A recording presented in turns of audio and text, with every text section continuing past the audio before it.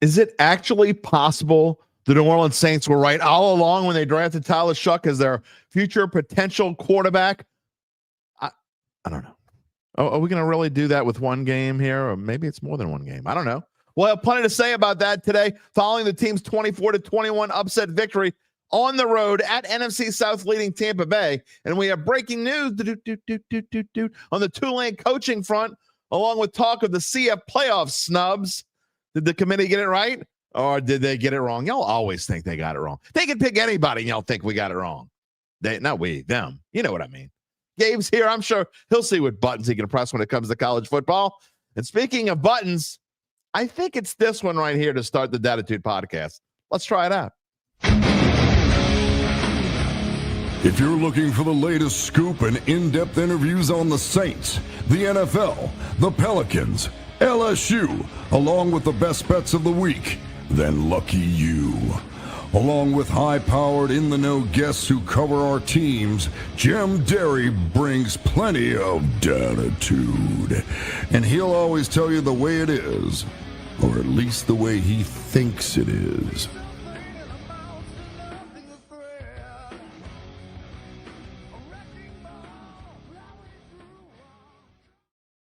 Where you at, Dattitude family? Anything happened this weekend? We had absolute craziness. I'm sure y'all can't wait to get into it. So here we are with Dattitude, episode number 448, presented by Evangeline Securities for what is today? Monday, December the 8th, 2025. I'm your host, Jim Derry. You know it, 35 years in the New Orleans sports media scene. I thank you for being a part of the Dad family. What do we have to talk about today? Well, you know what's special about this show, especially today, especially on Monday. We're live every Monday, Wednesday, and Friday. You already know that, but live at 11 a.m. Central Time as we are here. But what is special about Monday? It's Mano E Monday. It means you type into the comments. We show them. You talk to us. We talk back to you. That is how today is going to roll. And I'm looking forward to get into it because we're going to get into comments early today. So type them in whether you're watching on YouTube or Facebook or Twitter for that matter. X. Bad habit.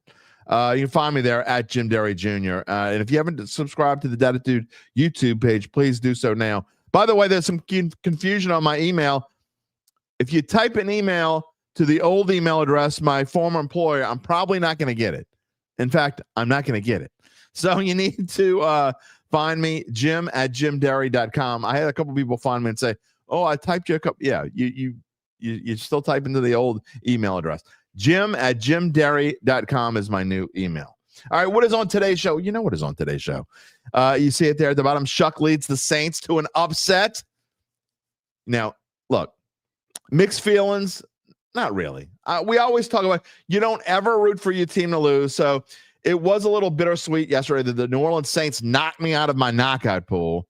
And I'm more mad at myself because you know how, I don't know how many of y'all play knockout pools, but the way I like to do it is when I get to about week or 8 or 9, you can't really plan out anything early because you don't know what's going to happen. So when I get to about maybe a little early, maybe 7, week 7, week 8, week 9, somewhere around there, I like to plan out the rest of the year. So I planned out the rest of the year, and I originally had Detroit over Dallas in this particular week. And no, there were only like 7 people left out of 100 that could even use Detroit. Turned out no one used Detroit. Okay, and I changed at the last minute. I'm like, you know what? I like Tampa Bay, and then I can use Detroit in week 17, which is the last week. Yeah, that turned out to be a huge mistake.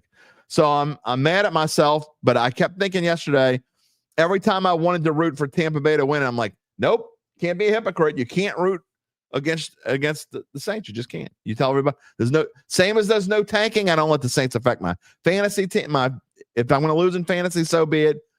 Right? That's how it works. I'd be interested to hear. Do y'all think the same way? I mean, I'm not talking about the tanking dummies. I'm talking about if you were in a situation where it was going to knock you out of the knockout pool. Does that change your opinion? I'd like to hear it. What about if you're in your fantasy playoffs and you are playing against, like, let's say next week? I mean, if you're using Bryce Young in your playoffs, you're probably not going to make it to the championship game. But let's just say you have Bryce Young. Let's say you have Rico Dowdle next week. And you have to use them. Are you going to be rooting for Rico Dowdle to go? How does that work? Put it in the chat. I'd be glad to hear it. And if you're watching after the fact, tell me in the comments. I would love to hear what y'all think about that, because I know, especially when your team is 3-10, it's a mixed bag, man. I get it, but we always say we can't be hypocrites here. We can't say root for your team to lose. No, we can't do that. It was a great weekend. Before we get to the news here, quiet weekend. I needed a quiet weekend. The fam and I just went to a new sushi restaurant on Saturday night. I was in and out of the college football games. I got home by about the time the late games, the Big Ten and the ACC were in there. It was about towards the end of the second quarter when I got home, and watched the rest of those games.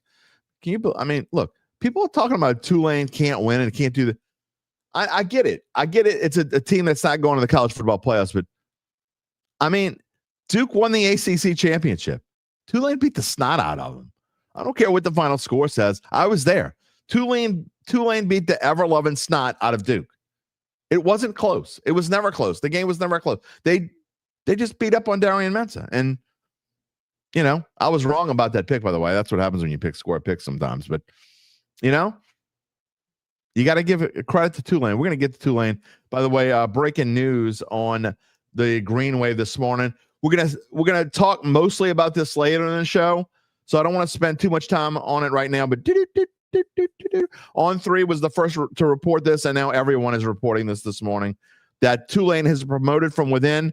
They did not get Blake Baker, as we all know. We talked about it Friday as if it was a fait accompli. Hey, we don't get them all right. I'm glad I put that question mark in there. Gabe and I were talking about, should I put the question mark in there? It seemed like it was a done deal, right? Gabe says maybe we ought to just put it in there just in case. It's like, you know what? You're right. Let's put it in there. So we put the question mark in there just in case. Good thing we did, because it was not right. We believed some people. Look, I'm telling you, the people that I trust, when they say something, I'm going to tell you that it's with a caveat. This is coming from people I trust. It's not official. And that was the case with Tulane. But hey, it ended up working out for them. They have promoted from within. Passing game coordinator Will Hall, who has been a head coach at multiple places, 3 places, as a matter of fact. He's 45 years old. He's from Amory, Mississippi, which is in the northeast part of the state, about 25 miles from Tupelo. He's the head coach. He was a head coach at West Alabama from 2011 to 2013. Head coach at West Georgia from 2014 to 16. He was the offensive coordinator at Ooh La La in 2017. They hate when you call him that. Too bad. He was the assistant head coach and tight ends coach at Memphis in 2018. And he was also the OC at Tulane in 2019 and 20. And then the head coach at Southern Miss, 21 through 24, before coming back to Tulane to work for John Summerall. And it worked out for him. All right. 70 and 50 as a head coach. And I'll tell you, when we get to him later in the show, to Tulane, which will be, I'd say, probably about 30, 40 minutes from now. We've got to talk about Shough first. And we're going to talk about the CFP later on as well. Did not make a slide for the CFP, but we are going to talk about it probably with Gabe. But we will talk more about Will Hall later in the show. But that is breaking news this morning. Tulane has its head coach, if you did not see that this morning, 45-year-old Will Hall promoted from within. All right, we got to get to Tyler Shough. And you know what? We're going to get to the comments in just a minute. We're going to change our slide. And you know what? This is how we're going to roll into real talk here this morning. Let's get to our friend Joe DeStefano Insurance and his new commercial here. If you own a small business of fewer than 20 employees, you know how tough it is to get the best rates on health insurance. That's why you want to call Joe DeStefano Insurance. Joe and I have known each other for almost 40 years. I can tell you that he's someone that I trust. Look, health insurance shouldn't be one size fits all. And with Joe DeStefano, you get access to PPO networks and flexible plans designed to fit you, not just a cookie cutter mold. Joe's licensed, he's local, but he can help you no matter where you live and operate. From preventative care to peace of mind, we'll tailor a plan that works for your life today and tomorrow. Call Joe DeStefano at 504-234-2132 to protect what matters most. All right, did I say 14 and 30? Oh, he's Gabe says 14 and 30 at the FBS level. Okay, he's 70 and 30 overall is what I gathered. That's Maybe I added it up wrong. Anyway, we'll go back and check that out later. More on Will Hall coming up later, but we got to talk about Tyler Shough, and I want to go straight to the comments here on this Mano E Monday. Oh my goodness. Earl's Picks, thank you for the super sticker. We appreciate so much. We got a bunch of love on Friday now that we are monetized with YouTube. We thank you so much, Earl's Picks, and everyone who is donating to the Dattitude podcast. All right, let's see what we got here. Cedric is first this morning. Good morning, who dat, baby? Shough, our quarterback of the future. Can't wait to see how we build next season. And Cedric and everyone else out there, you're not getting Derry Downer from me this morning. No way, sirree. Again, my Derry's dime is coming up, so I don't want to get too much into it. And my dime, spoiler alert, is all on Tyler Shough. If you're new here and you want to know what the dime is all about, it's my weekly commentary. It's coming up in just a moment. Cedric also says it's always good to beat Baker Mayfield, no doubt. Gary Bolling, good morning. All impressive. Both offense and defense was steady in a sloppy Tampa Bay. Absolutely. The defense was fantastic. Did I put it up here at the top? How about this? The defense is now allowed 302 yards and 24 points or fewer. 302 yards or fewer and 24 points or fewer in all but one game since the middle of October. That's pretty impressive. I mean, not enough credit goes to the defense. Absolutely. So a lot of love there. We are going to get into Tulane later on, not just talk about the new coach, but talk about their college football playoffs. They are going to Ole Miss, man. How about some irony, man? You got to love it. Tulane going to Ole Miss. That is going to be an interesting topic of conversation over the next couple of weeks. No doubt about it. All right, what else we got here this morning? Apathy's here. Good morning. Saints are improving. When Apathy says the Saints are improving, you know it's true. The defense is getting it together. Even when Staley doesn't have his guys to run his system to full potential, offense will improve tenfold with guard upgrades. You know what? You say that, Apathy, and I look, I don't credit them very often because they don't usually deserve credit, but I will say this. I think the offensive line, and not just because they won, and I know Shough, I mean, you got to have a mobile quarterback these days, but especially when you have a line like the Saints do. I thought they played pretty well considering. Let's see, how many rushing yards did the Saints have? The Saints had their, I wrote it here. It's the most, I think it's the second most. I know I typed in, I know it is. Here it is. It's the second best day they had on the ground all season long. So to play in conditions like they played yesterday, and Tampa Bay had to play in the same conditions, the Saints found a way to get through it. I was completely wrong about, what did I say the keys to the game were on Friday? I said the Saints wouldn't be able to run against Tampa. Shough's going to have to throw it at least 45 times. Well, guess what? He threw it 20 times. I said the Saints would lose 27-23. They won 24-21. I said they wouldn't even kind of be able to run against Tampa Bay. Like I said, their second best rushing effort of the year. Saints proved me wrong in all kinds of ways. All kinds of ways. By the way, UBN says, he sure does miss the rat. Come on, man. Let's not do that. That's just mean. That's just mean. UBN? What? A $20 donation. That's just because he's happy about Gabe passing me in the standings. That's why you did it, isn't it? Charles Mangus with a $5 super sticker. Thank you so much. By the way, UBN wants me to take the money and go buy the kids something pretty for Christmas. We'll see what they get. They already bought their presents, and they're getting more than I probably should get them. My wife she goes all out for Christmas. I gotta give credit where credit due, especially because she watches sometimes now. I'm not just saying this because she might be watching. Honey, if you're watching, I'm not just saying this. My wife does about 85-90% of the presents and does a fantastic job with it. And she'll say, here, go buy this and this. And I'll just go buy, and that's what I do. And sometimes I'll go buy a couple extra things here and there, but yeah. So anyway, thank you, UBN. Thank you, everybody else this morning. S. Callie, good morning. Let's go Green Wave. How exciting. It is exciting. One Smoke is here. Shough put the team on his back and won. Also surprised Blake Baker to take the Tulane job. So am I, obviously. Obviously, I'm shocked about it. We'll talk about that later in the Tulane segment. Daryl Hayden, good morning. Was Tyler Shough one of the reasons the Saints won yesterday? Absolutely. Of course he was. I mean, I thought he was Well, again, I don't want to get ahead of myself. Coming up in the dime, Rob is here. Good morning. Always a good Monday after the Saints win and the Falcons lose. Just think about it.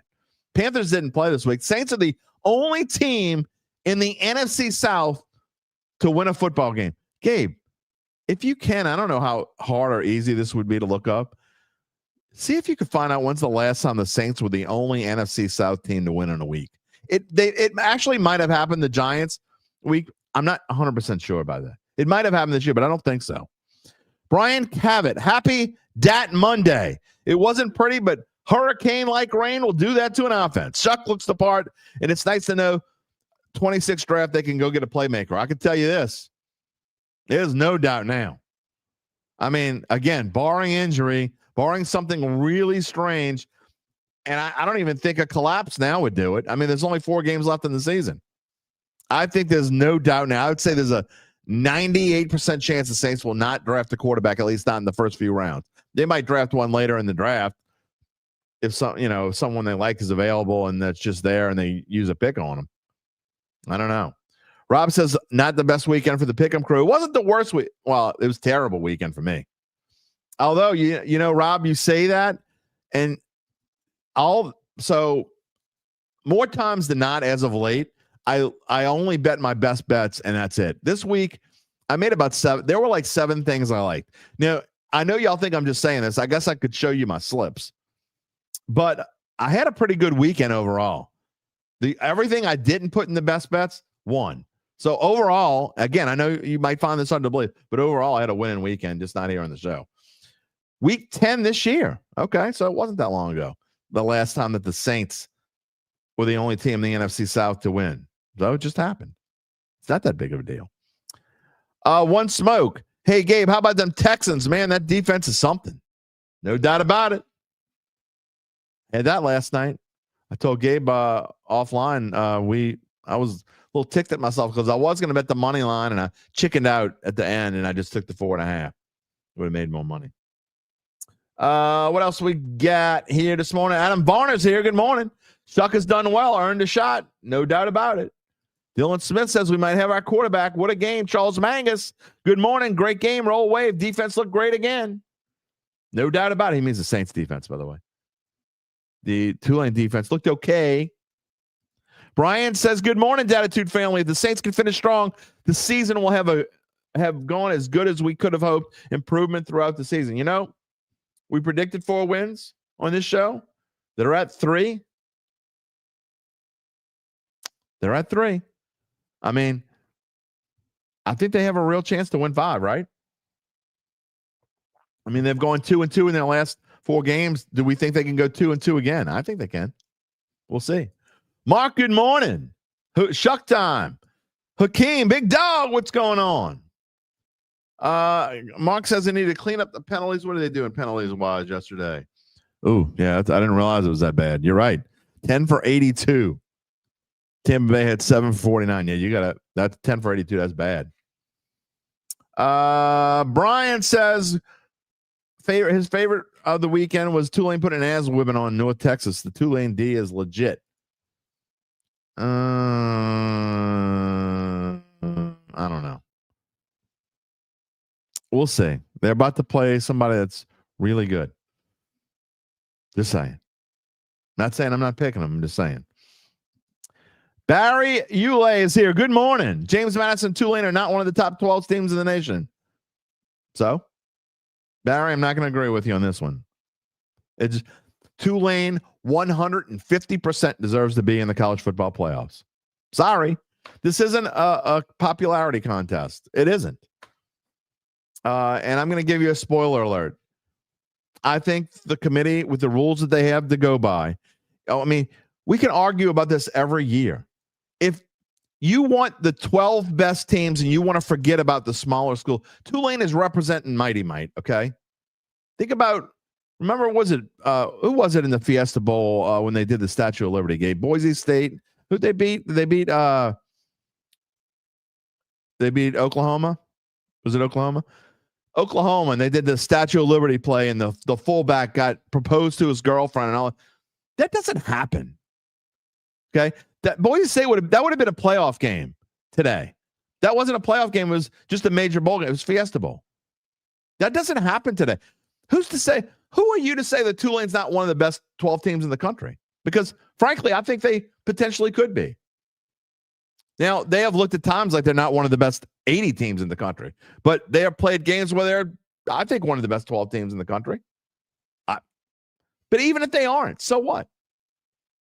I'm getting ahead of myself, but I think Mighty Mites deserve to be in the playoffs. If this is the way you set it up. You set it up this way for a reason. I absolutely think that you have to have lock-ins.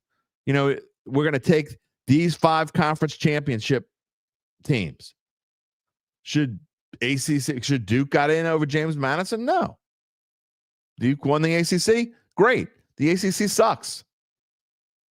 Miami got in. That's a whole different story. To me, if there's any, and I'm not even bitching about this. Again, I don't want to get ahead of myself because I don't want to spend a lot of time in the first part of the show talking about the CFP playoffs.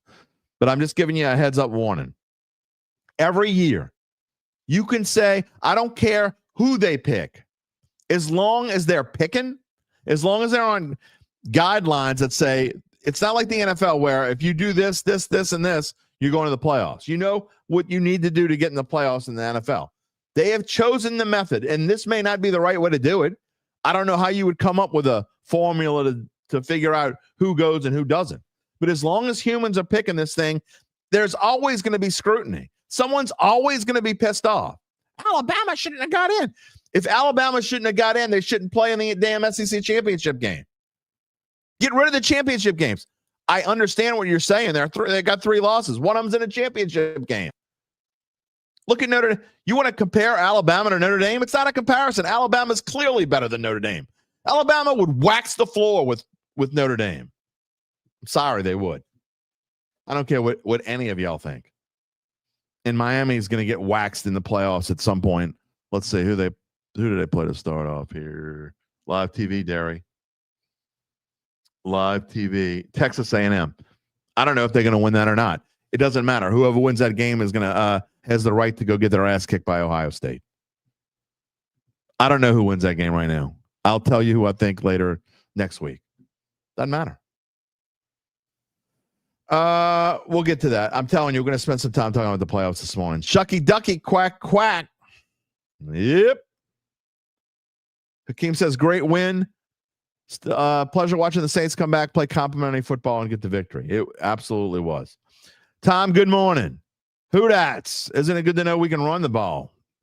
They absolutely ran the ball. There's no question about that. Larry Bro, good morning. How about them Saints? No question. How do I feel about Devin Neal? Look, how can I not feel? 19 carries, 70 yards, touchdown? I think it's bye-bye, Mr. Kamara. Got to move on from Kamara. One thing that this team needs to do going forward is they need to start thinking about the future. And if you're not part of the future, Kamara, Taysom Hill, I mean, probably Cameron Jordan. I don't know. He's played pretty well this year. I don't know.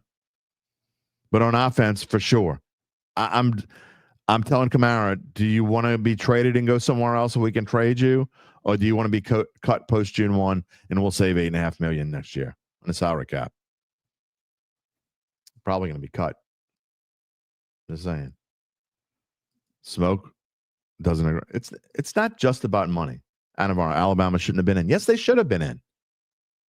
Because I'm going to tell you something right now. I don't know if you have the option to opt out of a conference championship game, but I can tell you right now, if losing your conference championship game, especially the SEC, if losing the SEC conference championship game means you're not going to be in, then just say we don't want to play in a conference championship game, and then they'll say, "Oh, you wussed out." I don't care what they say. It's just it's ridiculous.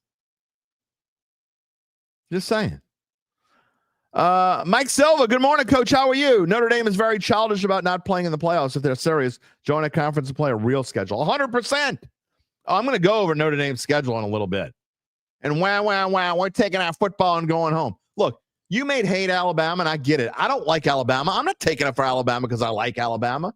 You know, I thought they got screwed a few years ago when they didn't make it, and TCU made it. And then what happened? We had this whole thing, and what happened?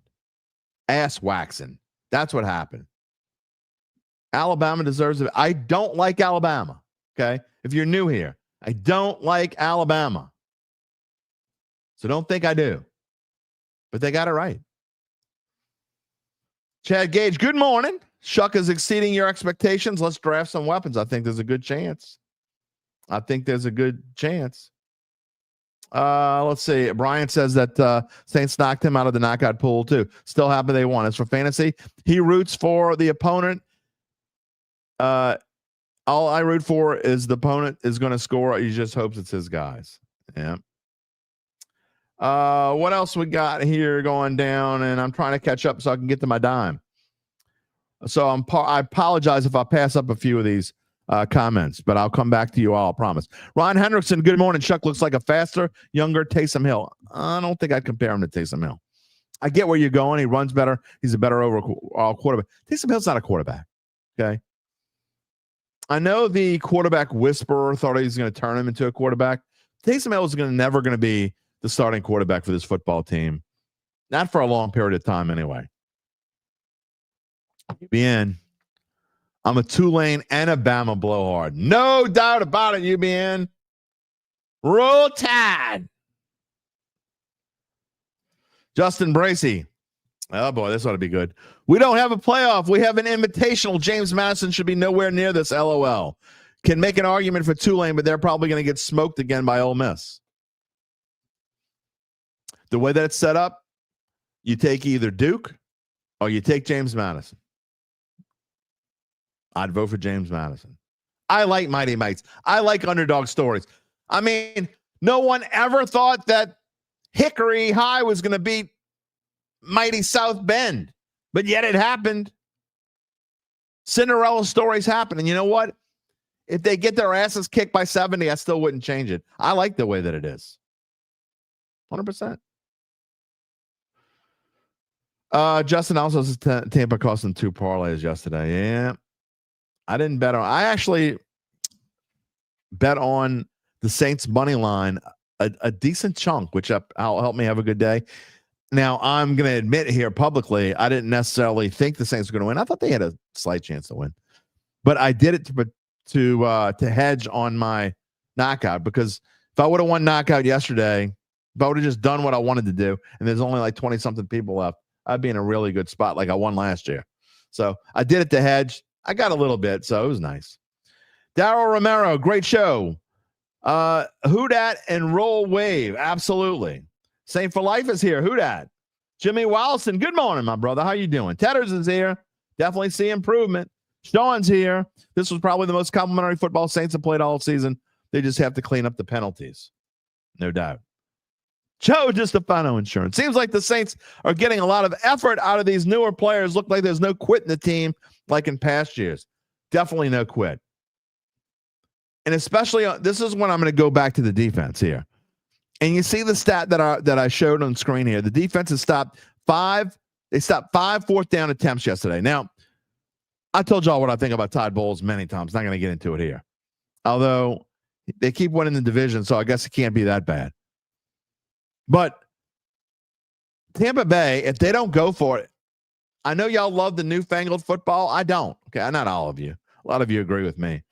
But I'm going to tell you, that Tampa Bay, I thought, lost that game yesterday as much because the Saints won it as their horrendous decisions.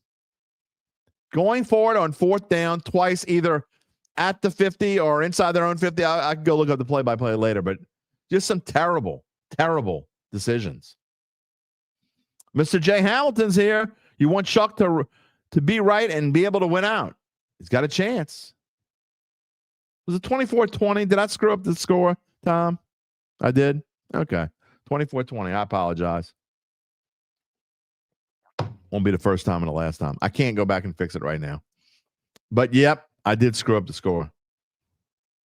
You'd think I would check that. I had so much going on this morning. No excuses. You screw up, you admit that you screw up and I screw up. All right, look, I want to get to the dime. I know I got plenty of more comments. Where are we right here? I'm about 15 minutes behind in the comments, but I want to get to my dime. And if you're new here, my dime is the one scripted thing I have all week, and it's my commentary a la Jim Henderson or Jeff Duncan. Yes, I've said it before. I don't think I'm Jim Henderson or Jeff Duncan, but I try to emulate them as best as I can. And that's my commentary on the biggest thing over the weekend. And I don't think there's no doubt on what the biggest thing was over the weekend, right? According to Google, the first broadcast of an NFL game was on Thanksgiving Day, 1934. That's right, 1934, when the 12-0 Chicago Bears defeated the 10-2 Detroit Lions 19-16 at University of Detroit Stadium. Now, I couldn't get confirmation, but I believe the first overreaction show came later that afternoon on local radio. Ever since there has been a man and a microphone, it seems as if someone is ready to scream about the next great thing. In other words, just as I'm sure someone wearing a wool coat in Chicago was praising to the hills about Bears quarterback Keith Molesworth on that Turkey Day afternoon, you're going to hear me rave a little bit about Tyler Shough today. Incoming hyperbole to come? We'll let you be the judge.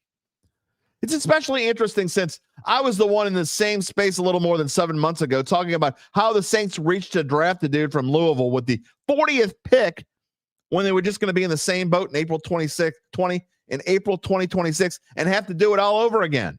In fact, on this same show, in this same space, on April 28th, 2025, I said, quote, I know some people are going to compare Tyler Shough to Josh Allen. That ain't me. Yet, when Shough scored his second touchdown yesterday, a 13-yarder in which he broke 2 tackles in the backfield and took off before diving past the defender in front of the left pylon, all I could think was, holy shit, was that Josh Allen? One day, I might very well look back to this past Sunday and say, this was the moment I changed my mind on a guy I previously had little hope for. I've said for months, the long-term answer at quarterback is either playing for another NFL team or still in college somewhere. I'm not ready to say I definitively changed my mind, but you're not going to hear me utter those words any longer either, not anytime soon. The future of the New Orleans Saints very well could be inside that building on Airline Drive, and I very well could have been wrong. Each time I've seen him take the field, even though it has only been 22 quarters, I've seen improvement and signs that he gets it. He's obviously a long way from Josh Allen, but I don't think he's any further away than Drake May was at the same time last year. And the way he handles himself on the move has been very impressive. It's been as impressive as any QB I have ever seen wear black and gold since, well, nope, I can't even say it. You know what I mean. We're not going to go that far. It was rainy and it was nasty on Sunday in Tampa. Shough's passing numbers, they were far from earth-shattering. 13 of 20 for 144 yards and a pick. But he compensated those pedestrian passing stats with his ability to run for 55 yards on 7 carries with his first 2 touchdowns. He was better than his counterpart, who was considered to be the favorite to win the NFL MVP just as recently as a month ago. At times, Shough still tries to do too much, and his turnovers, well, they're just silly, dumb mistakes. But generally, after he coughs it up, he seems to follow it up with something special. It's a lot like that dude in Buffalo, who in his first season completed 52.8% of his passes, tossed 10 touchdowns and 12 interceptions, rushed for 8 scores, and went 5-6. No question this edition of Derry's Dime could turn this entire show into the overreaction Monday of the year. But here's the rub. It's not absurd to say today that Tyler Shough reminds you of Josh Allen, which is an incredible thing to say here on this second Monday in December. While it might not pan out this way, I am certain that Shough is closer to Josh Allen than he is to Keith Molesworth. And that's my dime. I don't think we can go out and say that the end-all, be-all is here. It's not a done deal. I mean, only a moron would say something like that, okay? And I think most of the comments here are saying what we believe. We believe that it could be that way. And I keep stressing could every time I say it, because I don't want anybody to think that I'm out there professing that 22 quarters is enough to tell me that this guy is the future quarterback, the future hope of the Saints. What I will tell you, though, is this. I will tell you that there's, and I said this earlier in the show if you missed it, there's almost zero chance that the Saints are going to go draft a quarterback. Almost zero chance. It is what it is. Bart Prudhomme. This is the best Saints game in 2 years. It was the best Saints game since the second game of last year. They whipped up on Dallas. That was definitely a better game than yesterday. And the week before that, they whipped up on Carolina in the opener. So the first 2 games of 2024 were definitely better than yesterday. But other than that, I would say you're probably right. Let's see what else we have here. Let's see. I'm trying to catch up. Again, I apologize if I don't show everybody. I know I have to fix my score. It's wrong. I can't do it right now. I'll do it on the title slide when I'm done. That's the best I can do for right now. Where else we got? William Hester is here. Will Hall feels like a lazy hire. You hope you're wrong. You know what Will Hall is? Will Hall is, oh shit, we didn't get Blake Baker. I mean, maybe he turns out to be like John Summerall and Willie Fritz, but who knows? I mean, look, I'm not going to sit here and they did their due diligence. You know, we talked about this last week that the people with the money wanted Blake Baker and the AD wanted someone with coaching experience. He wanted Billy Napier, and then Billy Napier went to James Madison, and well, we know what happened with Blake Baker. We're going to get to that in a little bit. That being said, when you do that, you get a guy in Will Hall, and I told you his experience doesn't feel like a lazy hire. I mean, it's pretty good experience. He was Southern Miss's coach. It didn't have a great run at Southern Miss. We'll see. I can't say that you're wrong, William, but I understand why they hired him. Charles Mangus, the Saints are not going to be 7-10. Okay. To be 7-10, they would have to win, including yesterday. That means they won their last 5 games of the year. Look, people.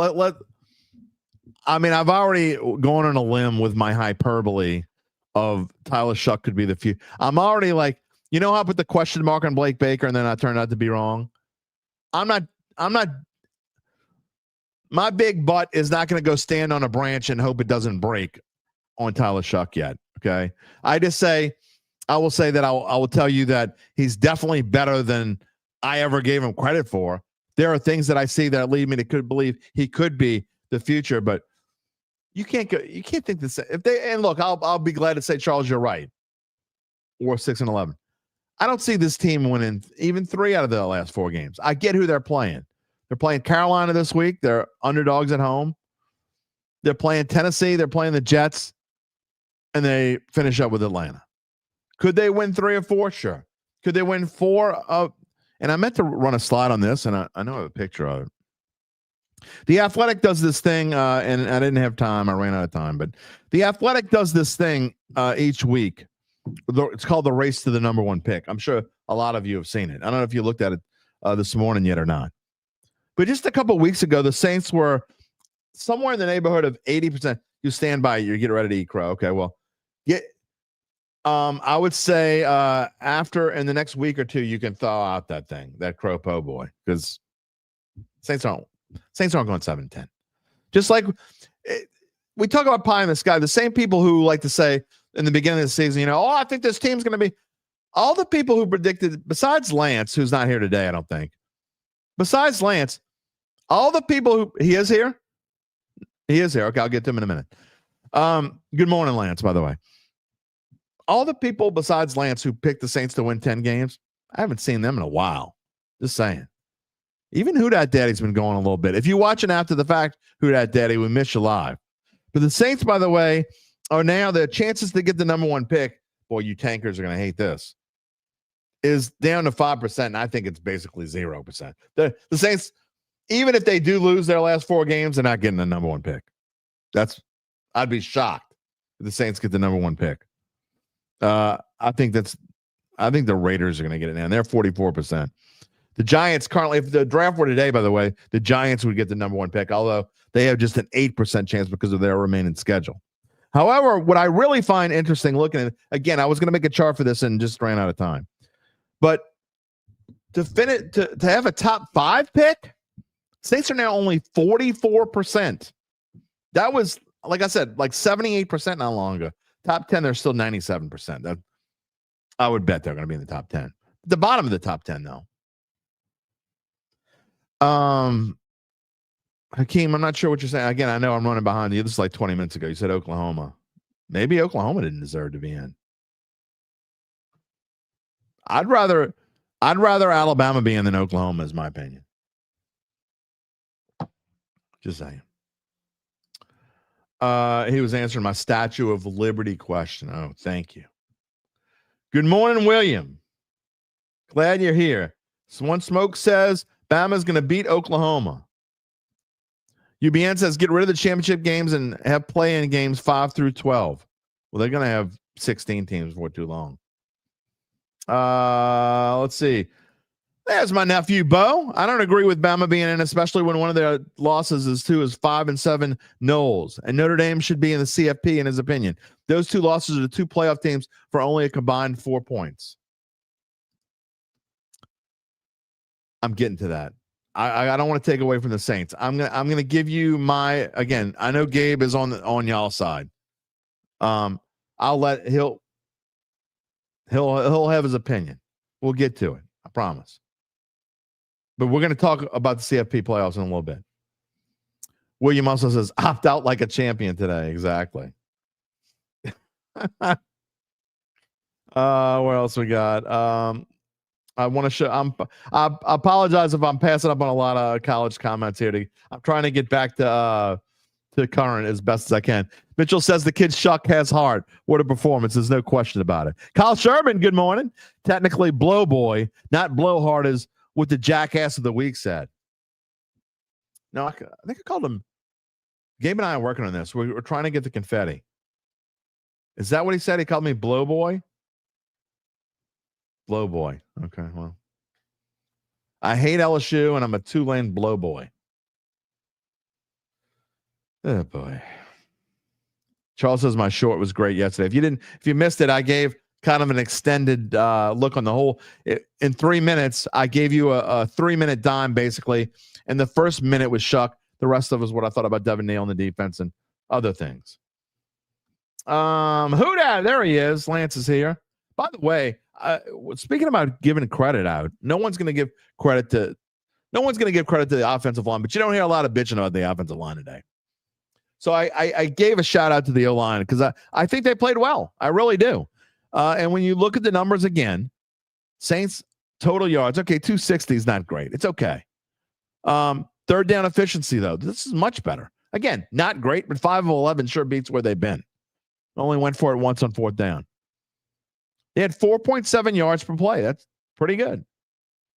139 yards rushing. Again, the second most rushing yards they've had all year. By the way, the most rushing yards they've had all year was in a loss to San Francisco early in the season. Sorry, UBN. One Smoke, 90% of us was wrong about Shough. No question. Kyle Sherman also says, Moore can be criticized for in-game decisions and play calling, but he deserves credit for developing both Rat and Shough. See, that's the segue into the next thing.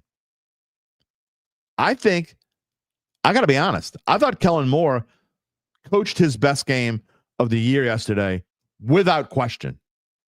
I thought his play calling overall was, look, again, Shough, you see him on the screen. Shough has pedestrian passing numbers, but he let Shough be Shough. He obviously, even though, and you heard Zach talk about this on Friday's show.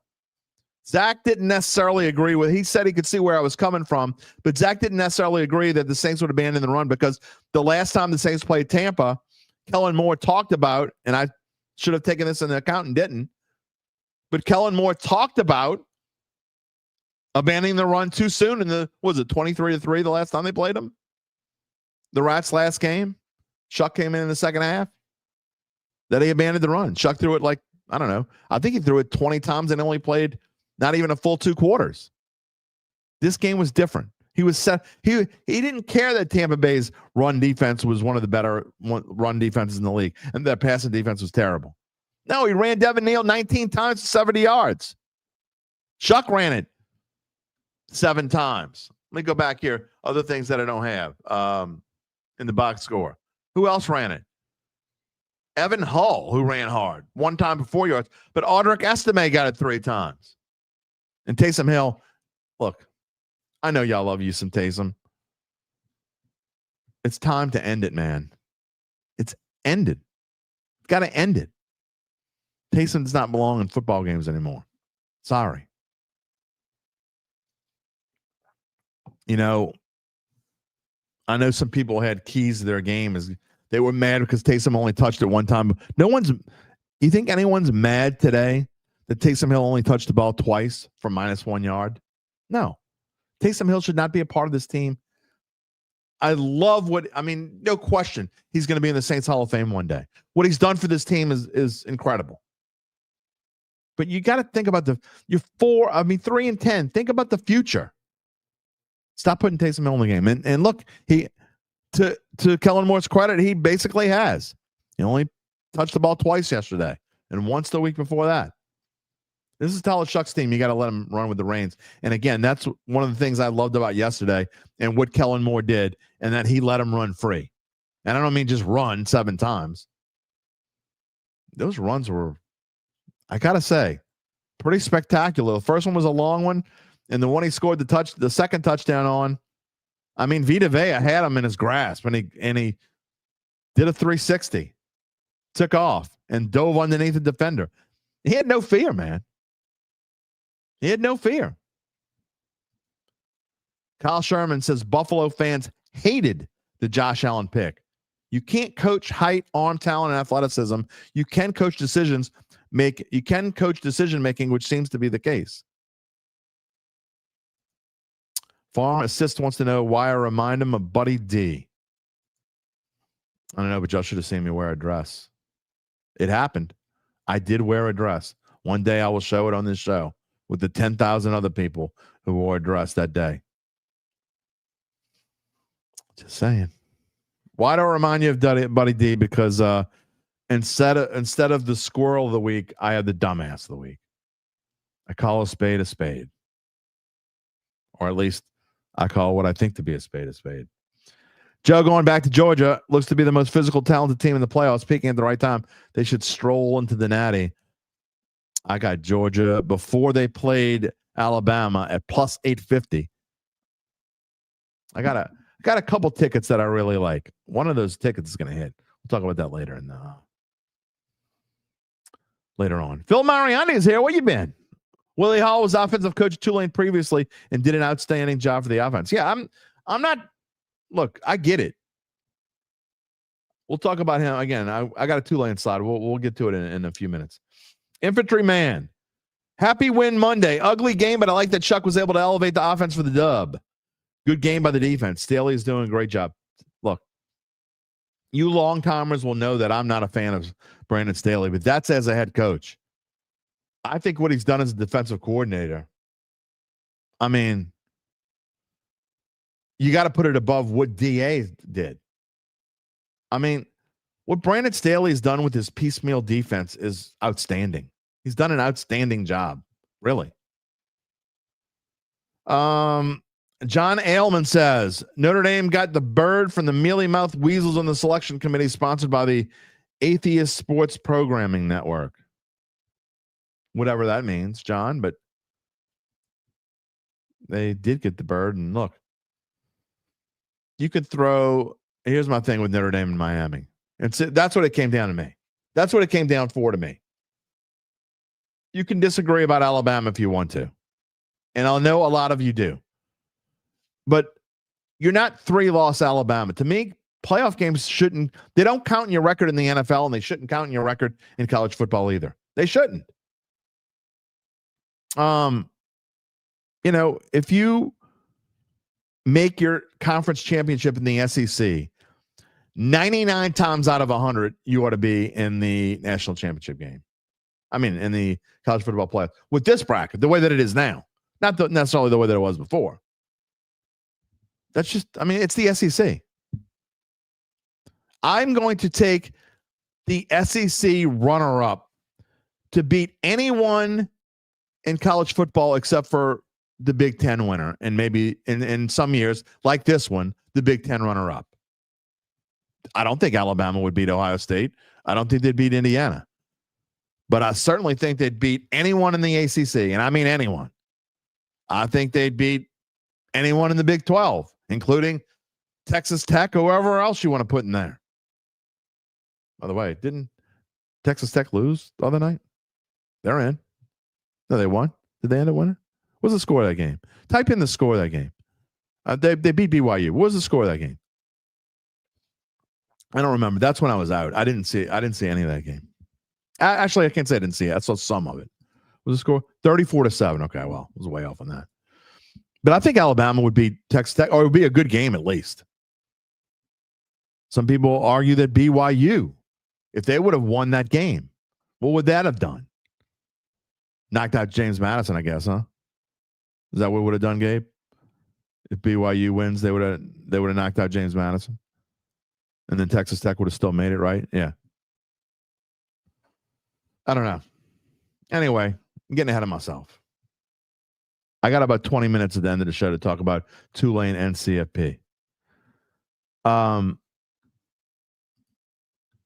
couple other ones before we get to we're going to have to move on real soon. One Smoke says Taysom is not a real tight end. He can't catch. He hasn't been catching at all. At all. He had 2 targets yesterday. Looked bad. Pharmacist says Taysom looked old and tired. He absolutely did. One Smoke says he can't catch or run routes. Charles says they love to play for Staley. I think that's absolutely true. Apathy says Notre Dame is the Dallas Cowboys of college football. I think that's a good way to put it. LSU Express says, I think Kellen Moore has seen enough of Shough to build around. We'll have some cap room to sign a good free agent guard and then some draft playmakers in April. I'm telling you, LSU Express, at this point, again, it's early. So talk to me again. We'll do plenty of draft previews when we get to like March. We'll be talking plenty about in fact, when we get to March, of course, we'll be talking about college basketball and a little bit Pels. But we'll be looking ahead to the draft, of course. And, there's no question that Tyler Shough is going to be the quarterback in 2026. What I'd really like to see him do. And, again, their draft stock won't be as high as it was. But you know what you can get for the number 8 pick in the draft? Take that number 8 pick. Move down, man. If you can get 2 first-round picks out of this, move down. Get yourself – you can get a playmaker in the later part of the first round, and you can get a guard. Both of those things.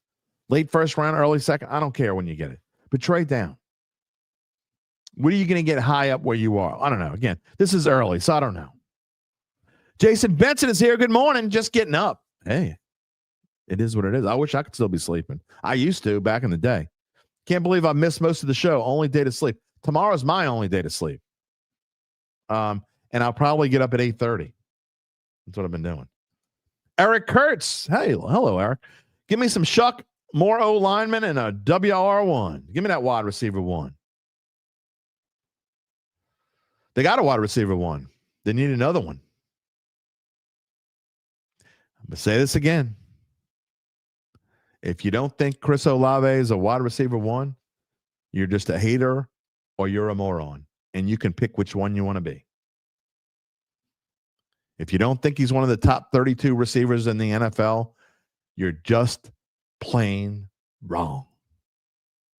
Period. End of story. A-Town, can we find somebody off the scrap heap instead of using I know, man. Come on, A-Town. What are they doing?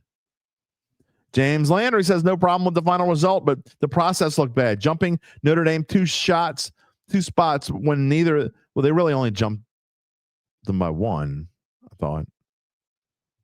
I thought it was – neither they nor Miami showed they would have what it needed to have an ACC team represented. I got to be honest. And we can debate whether it should have been Miami or Notre Dame. Most people say Miami because they beat them. I don't care. I don't put a whole lot of stock in an August 31st game. I just don't. It's the same thing where, when we're talking about LSU beating Clemson, if LSU and Clemson would have done what LSU and Clemson thought they were going to do, how much stock would I put into LSU beating Clemson and seeding wise now? Not a lot. The same reason why, my nephew talks about, he's a Florida State fan, and he talks about Alabama losing to Florida State early in the season. I don't think anyone can understand I just don't think anyone can understand if you haven't been there and been around it, because I see it all the time. That a team, if they lose a certain big game, it changes the entire tone of the rest of the year. Okay?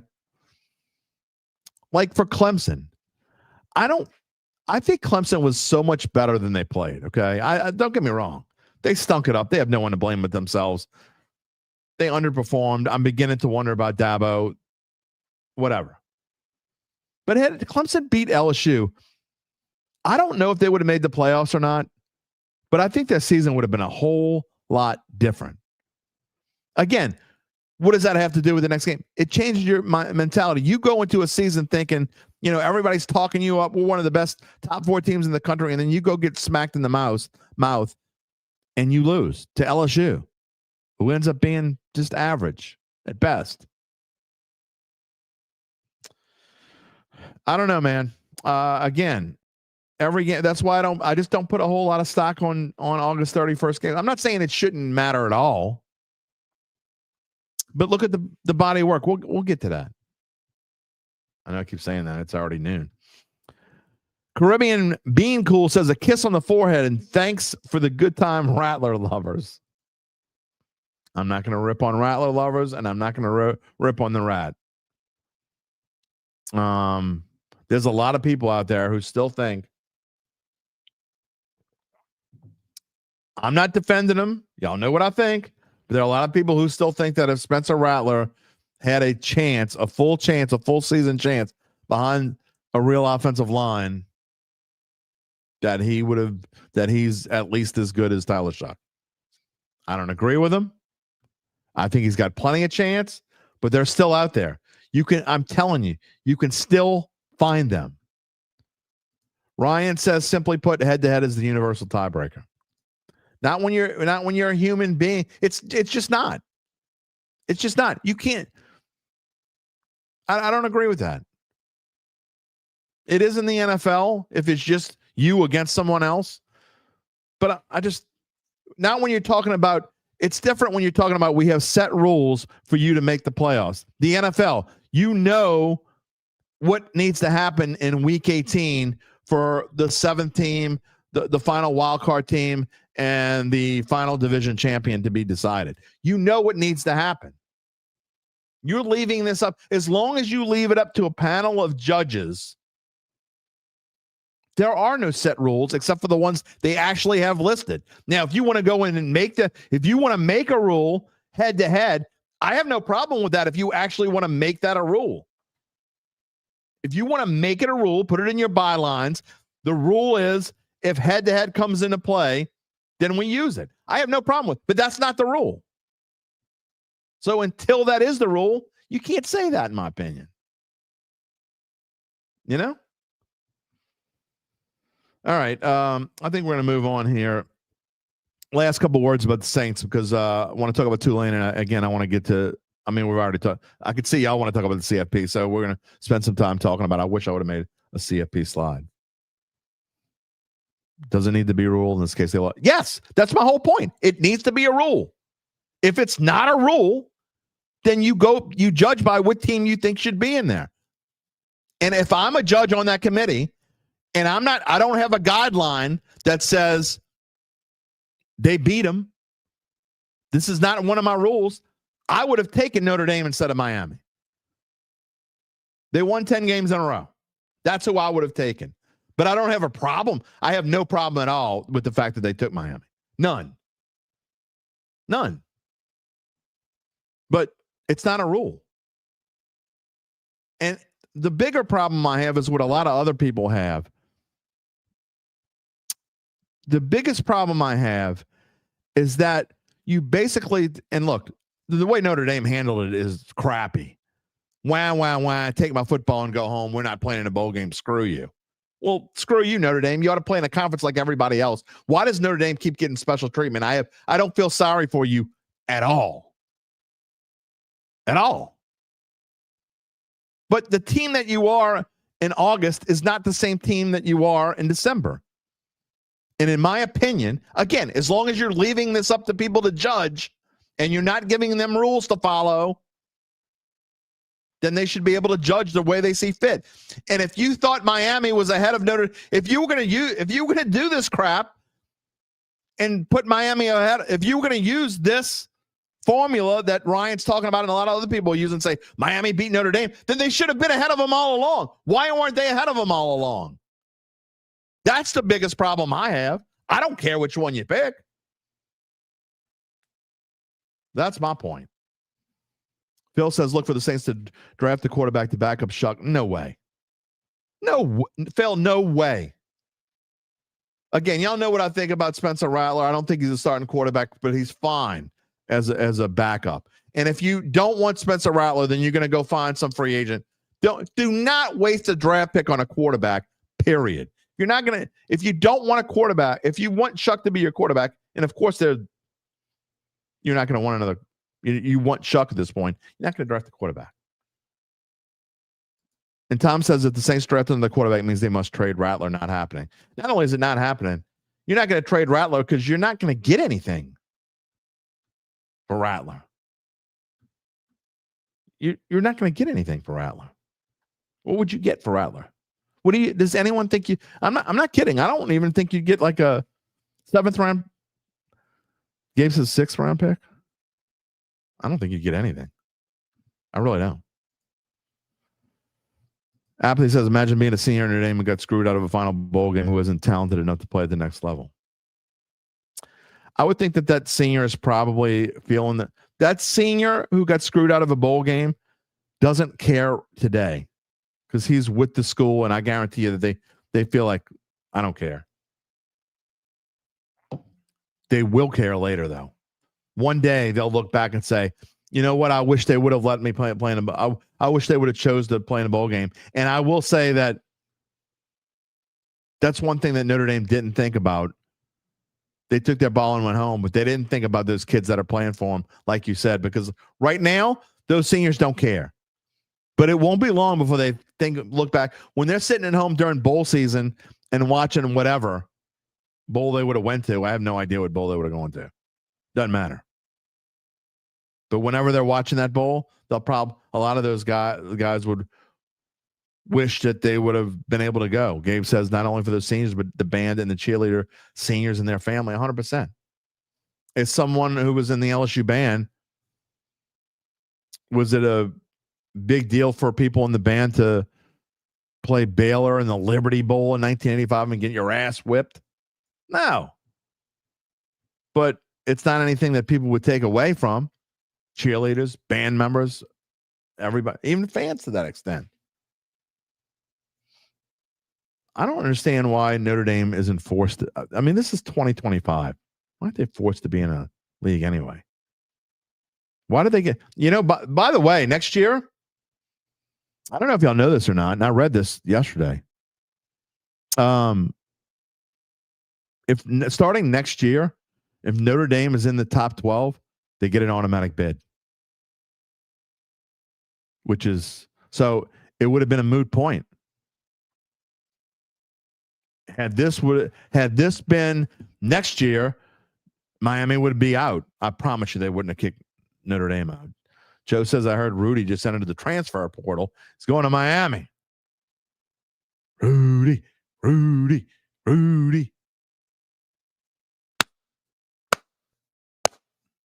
don't know what I'm talking about. Barry says Notre Dame plays in the ACC in baseball and basketball. Why not football? TV money. Absolutely. They shouldn't be allowed to do that. Why do we keep dancing around the whole Notre Dame thing? Force them to go in a conference. If they don't want to, then go play independently somewhere. Maybe you can start your own league. I mean, Tom, who doesn't like Rudy? I don't like Notre Dame. Sorry, Catholics, don't send me to hell. But you got to love Rudy. If you don't love Rudy, something's wrong with you. Williams says Indiana impressed the heck out of him this past weekend. Defense is legit. I don't know if it's enough to beat Georgia, but it may be. How about the Tulane Green Wave? They're 16.5-point underdogs At Ole Miss, college football playoffs. A week from this Saturday in Oxford. The football karma gods. Who says the football karma gods don't have a sense of humor? Because they certainly do. John Summerall will be there, coaching the Green Wave, the next coach of Florida, as will the next coach of Tulane will be on the sideline, as he's been all season long. Passing game coordinator Will Hall is now the head coach. Again, if you missed it this morning, a little bit about Will Hall. He is 45 years old. He is from Amory. I think I pronounced it right. Amory, Mississippi, which is in the northeast part of the state, 25 miles from Tupelo, which also isn't too far from Oxford, 50 miles probably from Oxford. His last stint as a head coach, he's had 3 of them, was at Southern Miss from 21 to 24, and he didn't do very well. But overall, as a head coach, he is 70-50. Some background on Hall that I found interesting. Played for his dad at Amory High School. His dad was a coach there, and then later coached him in some indoor football league. But his dad was a coach at Amory High School, and a senior in 1998 won the Class 3A state championship in Mississippi as a quarterback. Later in junior college, he was a junior college All-American, and in 2000, he had over 4,000 yards of total offense and once threw 9 touchdown passes in a game. Then he moved to North Alabama, where he won the Harlan Hill Trophy. And if you don't know what the Harlan Hill Trophy is, it's the equivalent to the Heisman Trophy in Division II. Pretty impressive.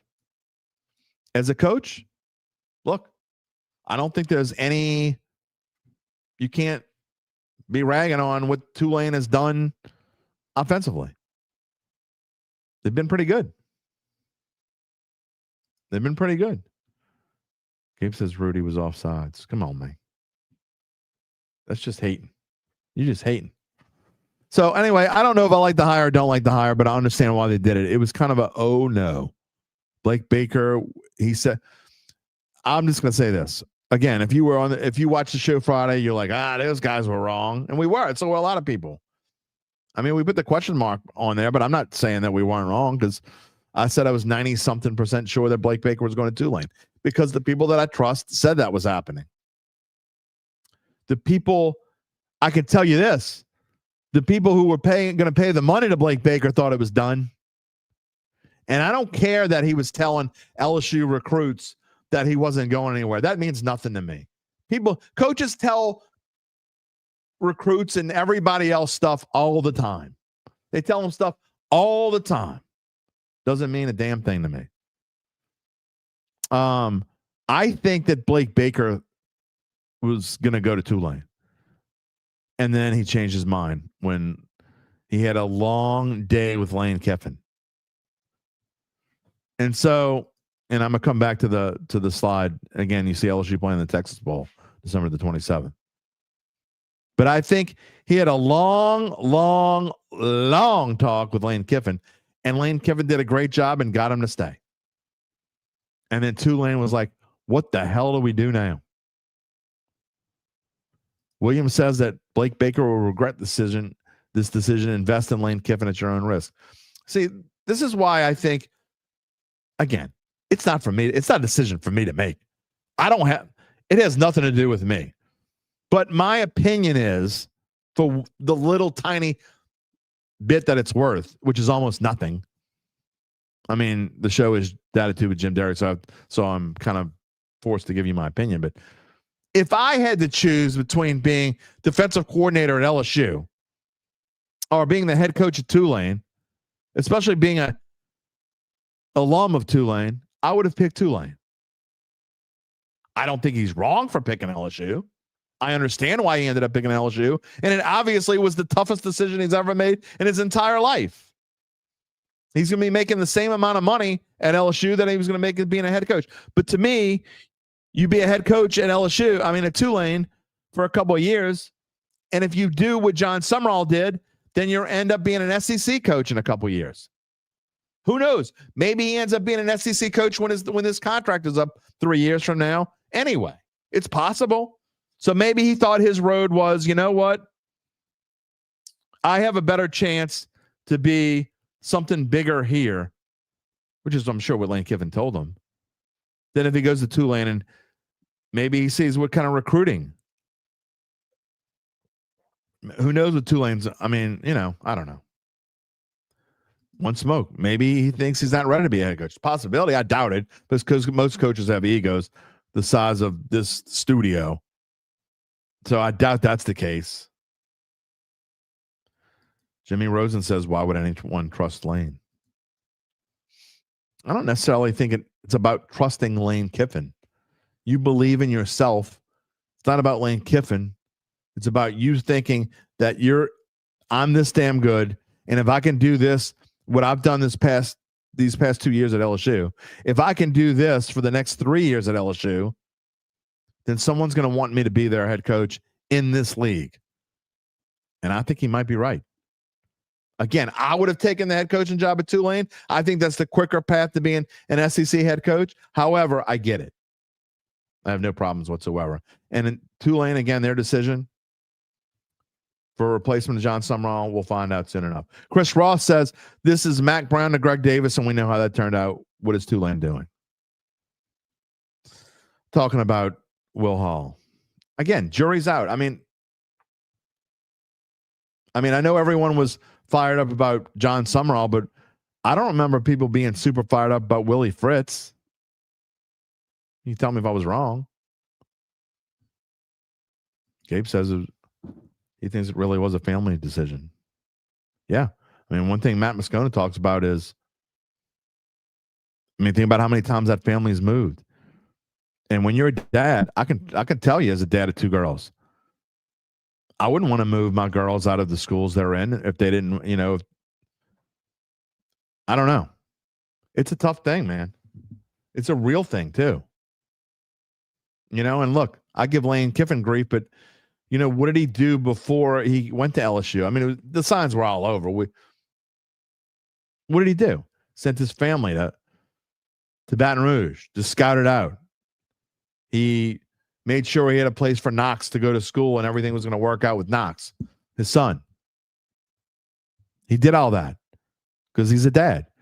And honestly, not everybody, but most people are moms and dads before they're coaches and whatever else. And if you're not a parent, you can't understand that. If you are a parent, you know exactly what I'm talking about. If ESPN came calling tomorrow, which ain't happening, but if ESPN came calling tomorrow and said, Jim Derry, we want you to host this show, but you have to live in Bristol. And I talked to my family, and my family says, we don't want to move to Bristol. And it means, tripling my salary or tripling the salary that I had before. Well, what'd I do? My family don't want to go. Probably not going. You got to do what's best for not just you when you're a dad, when you're a mom. The decision's not just your own decision. It's a tough one. All right, let's. I'm going to switch slides here because I'm pretty much done talking about. Well, you know what? Let me bring on Gabe here. Good morning, Gabe. Before we get to CFP talk and all that, just your thoughts on Tulane. And just it's kind of comical. You got to admit. Yeah, I think Ole Miss is going to steamroll them again. Personally, no idea what I'm going to pick in that game. I'm not touching the spread. I'm not touching 6. I think Tulane will be more competitive, as I think the spread shows. They won't lose 45-10. Yeah, mainly because I don't know what Pete Golding is going to be as a head coach. Right, but Tulane is just not as talented. Yeah. We'll see. But when you're hiring a coach, what do you think about the head coaching decision? You're kind of in a tight spot. What are you going to do? Are you going to promote from within someone that has the experience, or who are you going to go out and get at this point? And all the candidates are pretty much gone now. That's the problem with losing your coach, and then you put you're talking about putting all your eggs in a basket. I still think there's candidates out there. I would have, in an ideal world, I don't know if he would do this, but he hasn't gotten any other looks. I would have maybe gone for Glenn Schumann, the Georgia defensive coordinator. Yeah. I get this hire. I think it's going to be a train wreck for him. I don't think Will Hall is a good football coach. We'll see. I don't know. They've had to bring he's shown nothing at the FBS level, but I don't know. This is the best situation that he could imagine walking into. And he's 45 and he's young and he's got a chance to like really prove himself again. And he better go get himself a quarterback because that's going to be the number one concern far.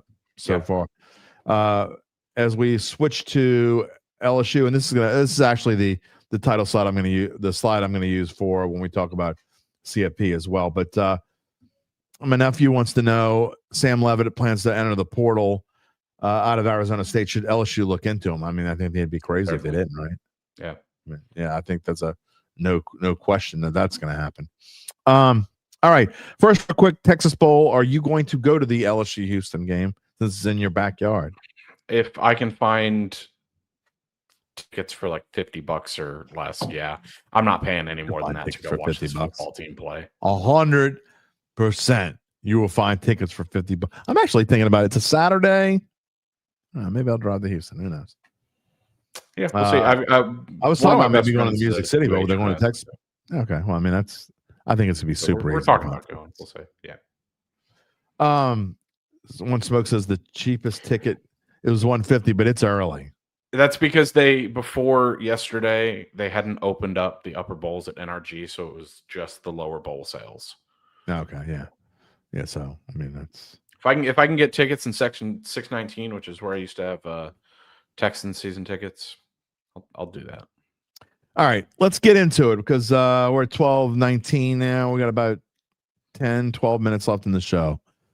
And I'm going to open up this portion and anybody who wants to get in the comment stream and get in this debate, you're more than welcome to get in the debate. I do this, and I promise, I'm not doing this to be contrarian. This is the way I really believe. Gabe, I don't like Alabama, but I've defended them in the past, and I'm defending them here.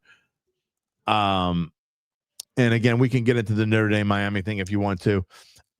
Overall, before we even get into the teams themselves, I think you and I both agree on this part of it.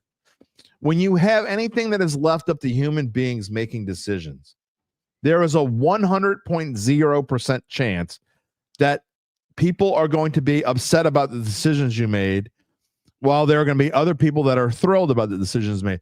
There is no way, zero chance, unless you put guidelines and say, these are the guidelines. You have to follow these rules to a T. And even then, when you follow, you're still going to have opinions making a decision. And I thought that they did a hell of a job in the grand scheme of things. So let me just address Justin real quick. Because James Madison is a joke. They're a 12-1 football team. Call them what you will. They're not a joke. They certainly earned this spot. They only got this spot because the ACC is an absolute mess. But that's not their problem. They won 12 of the 13 football games that they played. So They certainly are not a joke. James Madison, real quick for those who are wondering, their only loss came in week 2 to Louisville. They lost by 2 touchdowns, which is, that's a big deal. Then they went on and they absolutely got better as the season went along. They steamrolled a weak schedule, but very weak schedule. And they did beat Washington State, which is not any good. They did. Washington State, they was scrappy this year. Okay. Well, they beat Washington State, and their best wins besides that, they smoked Liberty, who at the time people thought Liberty was going to be one of the candidates for getting there. Then they just rolled over Troy in the conference championship game. It's not their fault who they would conference they play in. Yeah. But if we only play who's in front of you. But anyway, go back to my original point and tell me what you. So here's the thing with the playoff. They have backed themselves into a corner. I think I agree with you. The problem with the committee and the problem with rankings, and this is why I have such a huge problem with them doing weekly ranking shows, because ESPN loves its money, so they're just going to do anything they can to drive content. They should have no more weekly rankings. They did almost beat Ole Miss. Yeah, they lost by 7. One of the worst final drives I've ever seen. But that's a moot point. The problem with the rankings is in every ranking you do, and this is why I don't think there should be a ranking from the CFP until the final one is put out. In every ranking you do, there is a recency bias in it. If a team loses in the season, they're going to drop. So you can, and going back to a point earlier before I really hammer this point home in a few minutes, you said that games that happen on August 31st don't matter as much. You're 100% right. They don't, because if you're like Notre Dame and you lose your first 2, but you win your last 10, you're going to continue to climb in the rankings. And that's where they back themselves into a corner here. Miami lost in the middle of the season, and they dropped Miami way too far back. But in this final week, once you had the 2 teams next to each other in Miami and Notre Dame, you simply could not, on precedent, leave Miami out of it, because it's happened 14 times in the college football playoff history where teams that have played each other have been ranked next to each other. And it is now 14 of 14. The team that won the head-to-head was ranked higher in the last rankings. Well, here's my question, and I get everything you say. I don't disagree with anything you just said, but why wouldn't you have just moved them? If you're going to do this, why wouldn't you move them ahead like 2-3 weeks ago? Okay. I don't know. Why wouldn't you move them ahead after they beat NC State on November the 15th, their second one in a row? They beat Syracuse 38-10. And I watched a lot of that game. It was semi-close, I think, at halftime, and then they just like went on a tear and just blew past Syracuse. And Syracuse is not a terrible football team. Then they steamrolled NC State 41-7. So my question is, if you're going to do this and you're sitting in there on a committee, you got to give Notre Dame a heads up. Look, this is what's going to happen if Miami wins out. There's no way you can't just let. And again, they kind of did. The way Notre Dame handled this is absolutely childish. Yeah, and I don't feel sorry for them at all. Despicable behavior from Notre Dame. But why don't you just tell them ahead of time? You know, they essentially did.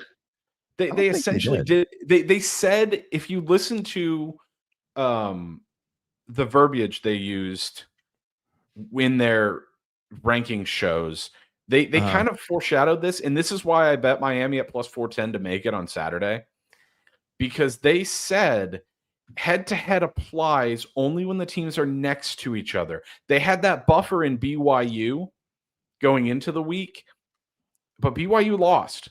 And this is where chicken shit to kind of segue. That's still chicken shit. Nobody knows that. I didn't know that. They said it. They said it. I know. Say that. They said head-to-head only applies when you're next to each other, and at the end of the day, they were. And this is where I'll transition into Alabama. I have a huge problem with Alabama getting in. Realistically, they probably weren't going to get left out. Yeah. But every team who lost their conference championship dropped, except for Alabama. And Alabama, I believe, should have dropped. But the thing is, if you dropped Alabama, Notre Dame would have jumped them, and you would have no longer had Notre Dame and Miami next to each other, which they needed to essentially happen to get Miami in. They've completely botched this whole process. There's no, look. Yeah. I hear what you're saying, but as far as the picking the teams, I don't deny that. So let me just say that. Let me clarify when I say that I think they did a good job. What I mean when I say I think they did a good job is I think they did a good job of who they ended up picking. I don't think they did a good job at all how they got there. I mean, to me, I agree. Except first of all, while I agree with you, I hate the rankings and letting everybody know what the damn rankings are. The reason why they have the rankings are the same reason why they have a ridiculous, absurd, asinine 3-hour selection show on a Sunday while the NFL's playing football. Yeah. I mean, nobody wants to watch that crap. ESPN's like begging, please watch us. I want to know if you're one of these people, at 9 a.m. You're gonna do it. Who watches the full 3 hours of the selection show? I need to know if there's someone, because I've never seen anyone. And if you're gonna do that, have that show like that, why wouldn't you start it at 9 a.m. Central Time and have it end when the NFL starts? Because the selection committee was up until 2 a.m. debating this. You're right. They knew exactly what they were putting in when they were putting them in. So here's my problem with Alabama getting in. You mentioned this earlier. So let me ask you. You said earlier, almost verbatim, you don't really care about performances early in the season. So you're implying no. You said they still matter, but they're vastly different. So is it safe to assume that you value late season performance more than early season performance? most of the time. I can't say that I always do, but most of the time. Alabama was one of the most atrocious football teams I've ever seen over the last few weeks of a team in the top 10. Let's just go back to their last few games. Okay. LSU, I'm calling up their schedule. They were bad against LSU, okay? But they won by 2 scores. Oklahoma beat them in Alabama, in Tuscaloosa. They played Eastern Illinois. I don't care about that game. Whatever. Throw that out. They struggled against Auburn, barely beat Auburn. And then Georgia absolutely waxed them in the title game. Georgia game to me has no... If you're going to punish BYU, you should punish Alabama. I'm just going to tell you that Georgia game has 0, unless you lose like 49-0, then you don't have a choice. But the Georgia game has almost, I can't say 0. The Georgia game has almost no bearing on if I'm making the decision, almost no bearing on my decision whatsoever. I'm going to say this again. If you make the SEC title game and you are the runner-up in the SEC, 99 times out of 100, that team in a 12-team playoff, not in a 14 playoff, but in a 12-team playoff, 99 times out of 100, that team should be in. The only time it wouldn't necessarily be is some way, somehow, some 3-loss team that lost. No, I mean 3-loss team before they got in there. 3-loss team, then they go in there and then they lose a 4th game. And you then why isn't BYU in? Because BYU plays in an awful conference. Awful. Alabama only has 1 win that's definitively better than what BYU. My ass. You can go through Alabama's schedule and pick out Vanderbilt, Missouri. They beat Georgia early on. All those teams would wax asses in the Big 12. Tennessee would wax ass. Oklahoma would. Why do we play the games? Why do we play the games? Okay, well, then don't play the game. This is the dumbest question of why do we play the games? You want to know the real reason why we play the games? You know what? You want to know the real reason why we play the game? I'll tell you the real reason. Like the same reason you come up with this bracket the way you want it. It's because of money. That's why they play that's why they do everything. It's why they have rankings. It's why they have 3-hour selection shows. It's because of money. So I'll say this. I hate calling Alabama the SEC runner-up because they only got into the title game off some tiebreakers. And it's the same with the ACC. The way that they should have said, we don't need to play in it then. So the way that conferences have completely effed up this situation is unreal. Do you know how many common opponents Texas and Vanderbilt had this year? Not a lot. 2. Right? They play in the same conference. They played 2 of the same teams. That's why they're playing non-conference games next year. It is unbelievable. I think if you're going to have these power conferences, and this is how you end up with a 7-5 Duke team winning the ACC, you need divisions. You need to have common opponents because Miami was sitting at home this weekend at 10-2, but because they're tiebreaker, that's the ACC's fault. Well, it is, and the SEC has the same issue. Alabama's sitting here. What happened to the ACC is never going to happen to the SEC. There are 3 teams that deserve to place in the SEC title more than Alabama, and that's Ole Miss, A&M, and Oklahoma. But because they didn't have the tiebreakers, Alabama got in. I mean, you say so. It's these teams that don't. Alabama beat Vanderbilt 30-14. Yeah. 30-14. They beat A&M lost 1 game all season. They lost to Texas in a rivalry game, and they didn't get in the SEC title. You absolutely can make an argument for that. I don't deny that Texas Oklahoma beat Alabama head-to-head. Okay. That's fine. And both of those teams are in the college football playoffs. Yeah, but that's what I'm saying. They're not in the SEC title.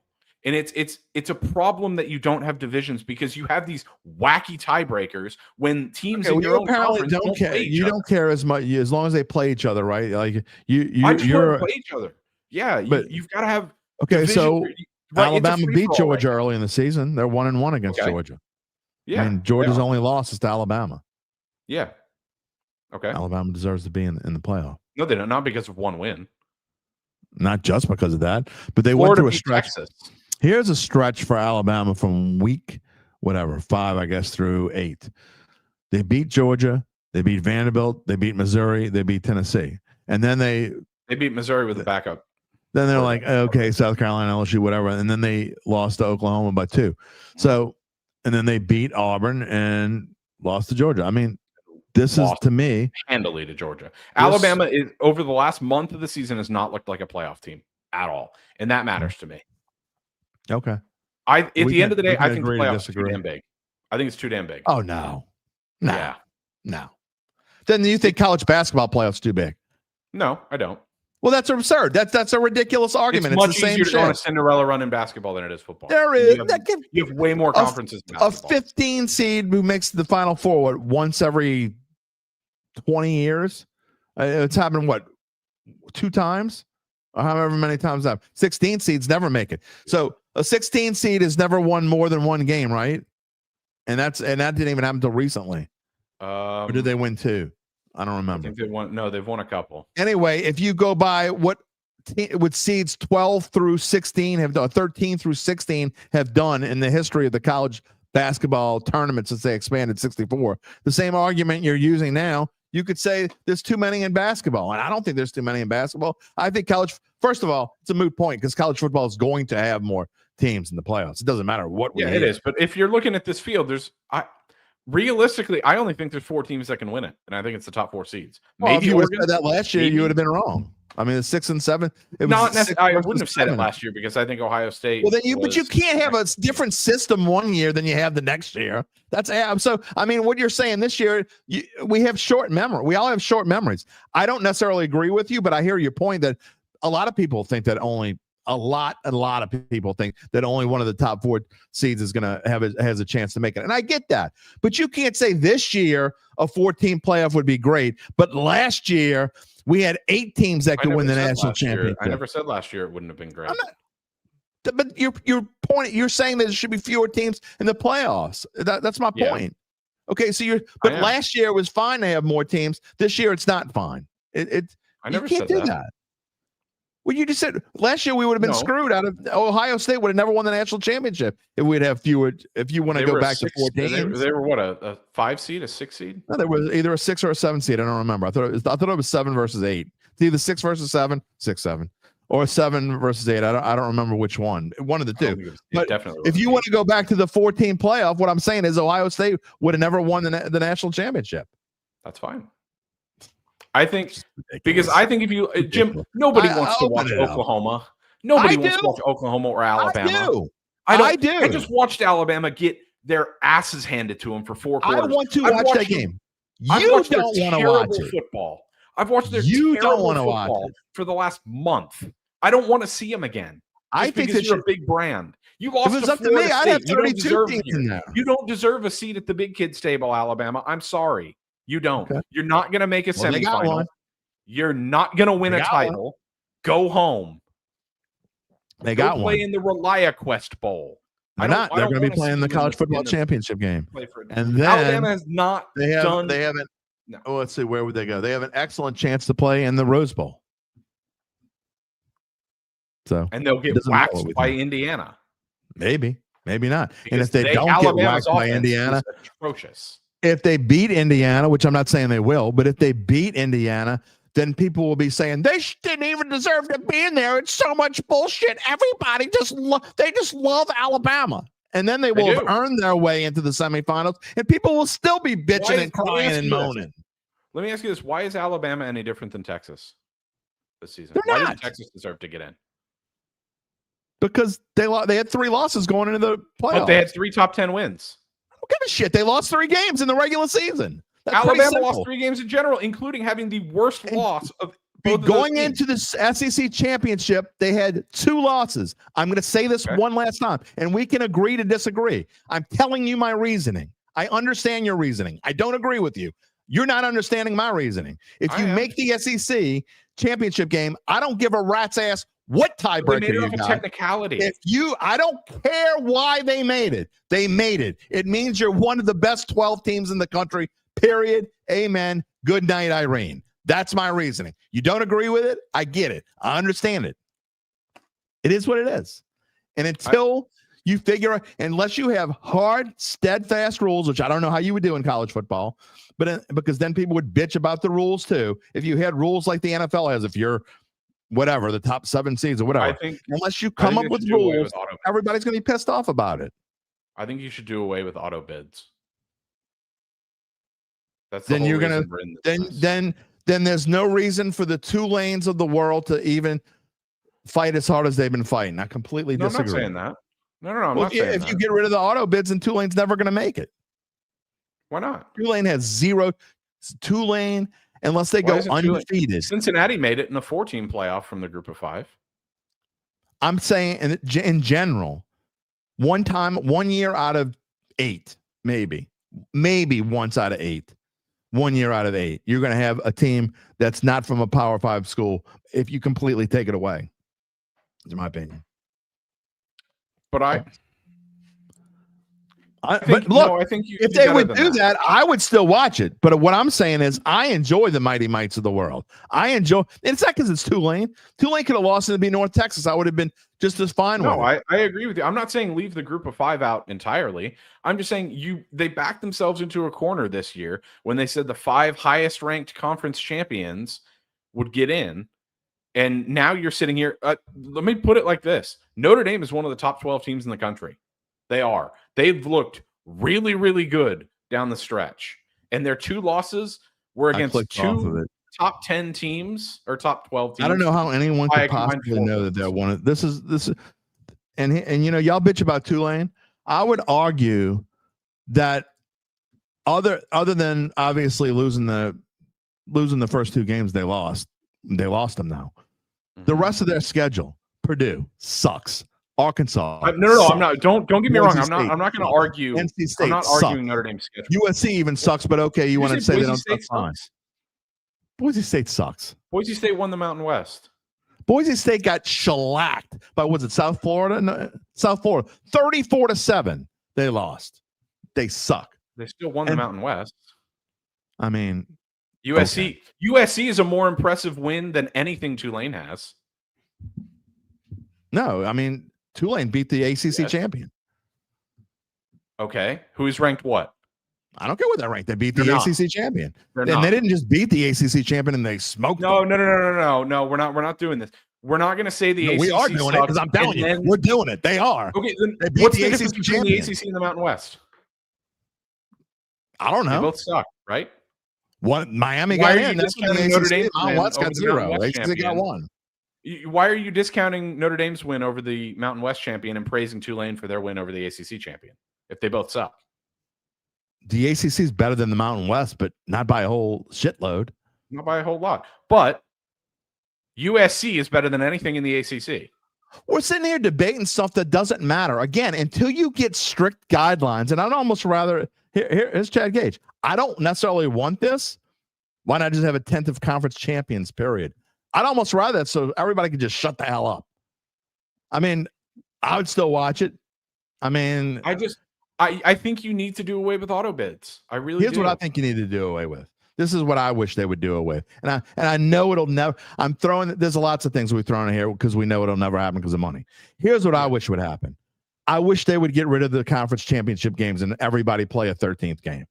Because in my opinion, the conference championships are doing nothing but stirring controversy.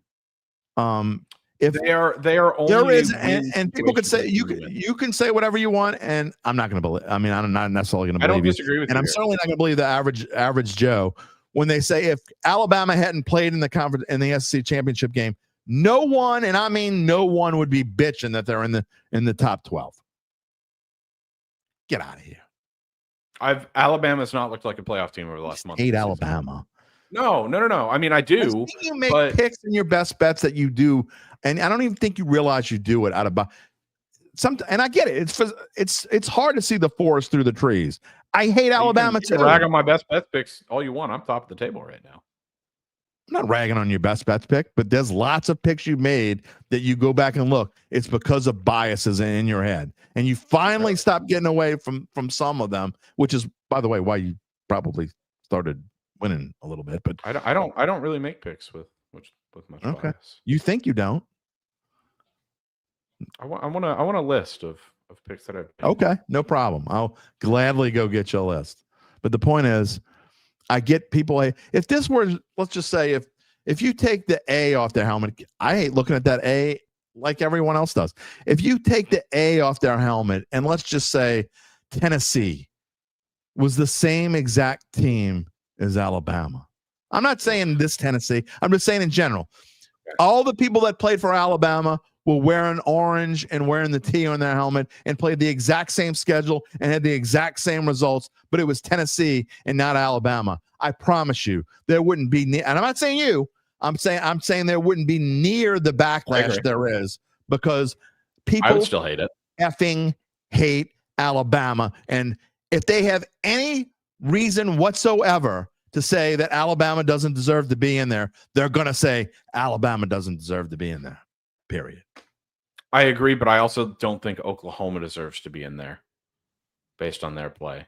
I don't necessarily disagree with that. I mean, you want to talk about Alabama. It's the same thing. Talking against LSU. I agree with you. Yeah. LSU should have beat Oklahoma. I would have rather see.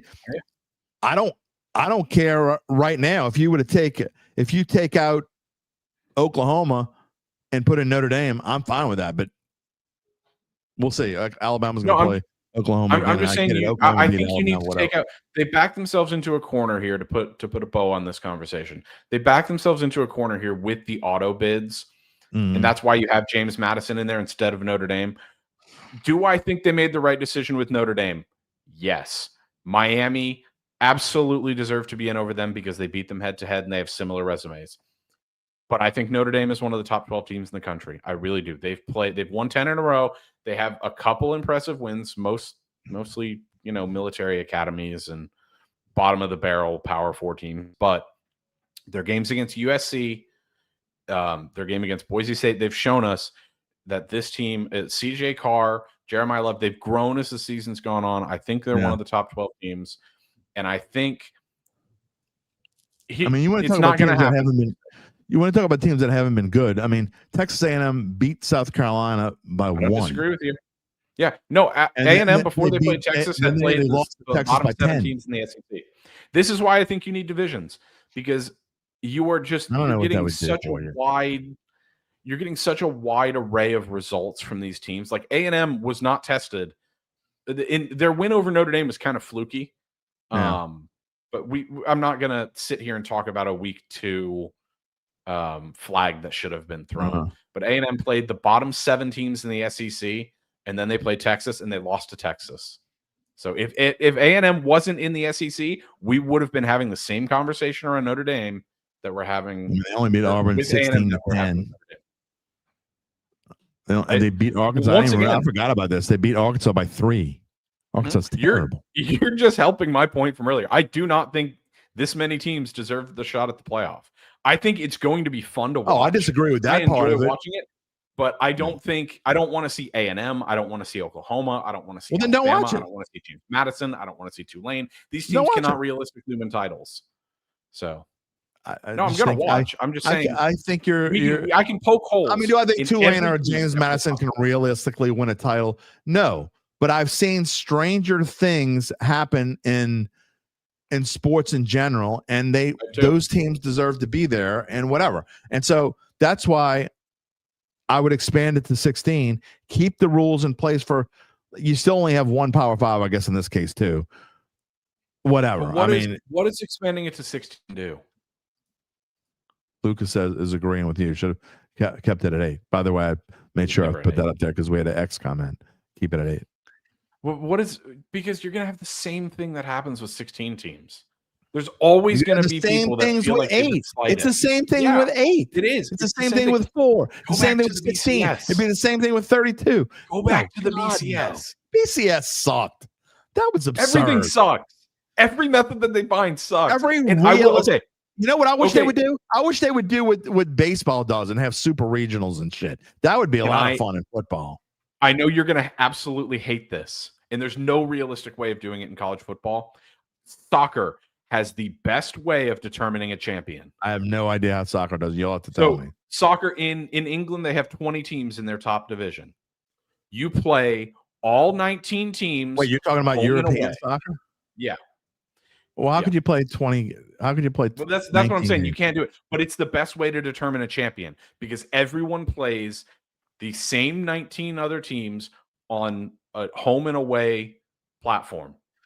All right, here's an idea. And that's how they determine a champion. Who's You the best want the after all. games to matter? I got an idea. You want to talk about ideas you're gonna hate. Here's an idea you're gonna hate. 138 team playoff. Yeah, you have a 6-game regular season to figure out. You don't even do that. You just rank them some kind of way, but you have like a 4-game regular season. Then you rank them 1 through 38. And then, like, after you lose, you go into a loser's bracket. I mean, we could come up with all kinds of stupid ass stuff. But in the grand scheme of things, where they are today is so much better than it was just a few years ago. Do I love it? No. I mean, you think there should be fewer teams? I think there should be more. So maybe 12 is the right answer. I don't know. I think, okay. Can I clarify? I think there should be fewer teams from a logistical standpoint. From an entertainment standpoint, put in as many teams as you want because I loved the 12-team playoff last year, watching all of those games. More meaningful college football, especially when you dangle the prospect of on-campus playoff games. To me, that's awesome. I love that. Well, but from a logistical standpoint, I'm not big on giving teams a chance to win a title if they don't deserve it. Yeah. So that's why I think there's really only 4 teams that deserve it this year. Here's the thing, and UBN says this, and I know there's no way you could do the baseball system in football. It would never work because you couldn't make it logistically work because you don't have enough weeks and you can't make them play that many games. Baseball is the best way to determine a champion, period. There's no doubt about it. However, that being said, Southeastern Louisiana will never, ever, ever, ever, ever, ever win a national championship in baseball. But yet, they make it fun when they go to, sometimes they go Nickel State, never going to win a national championship. They're in Division 1A anyway, or whatever, the FBS, whatever it is. The point is, it's no different in baseball, but yet we like it when those teams go to the tournament. We like it when the Chattanoogas of the world go to the basketball tournament or the Daytons of the world or whatever, even though we know they don't have a realistic chance of winning a national championship. Why is it any different in football? That's what I don't understand. Because there are fewer spots? Because from basketball, we're talking about a wider tournament that's more entertaining. Well, that's why. We can agree to disagree, but we've probably going on a little bit too much about this. But look, I hear you, and look, you're not alone. I know a lot of people feel the way you feel, not just about Alabama, but about fewer teams in the playoffs.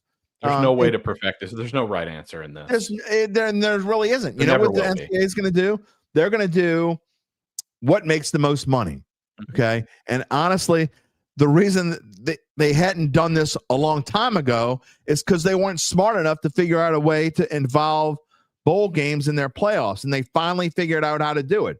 I think bowl games are absolutely ridiculously stupid. Just play the damn playoff game in New Orleans and just call it the playoffs in New Orleans. No, you got to call it the Sugar Bowl because you're making too much money not to call it the Sugar Bowl. So I understand that. And it took them 80 years to figure out how to do it, or however long it was realistically.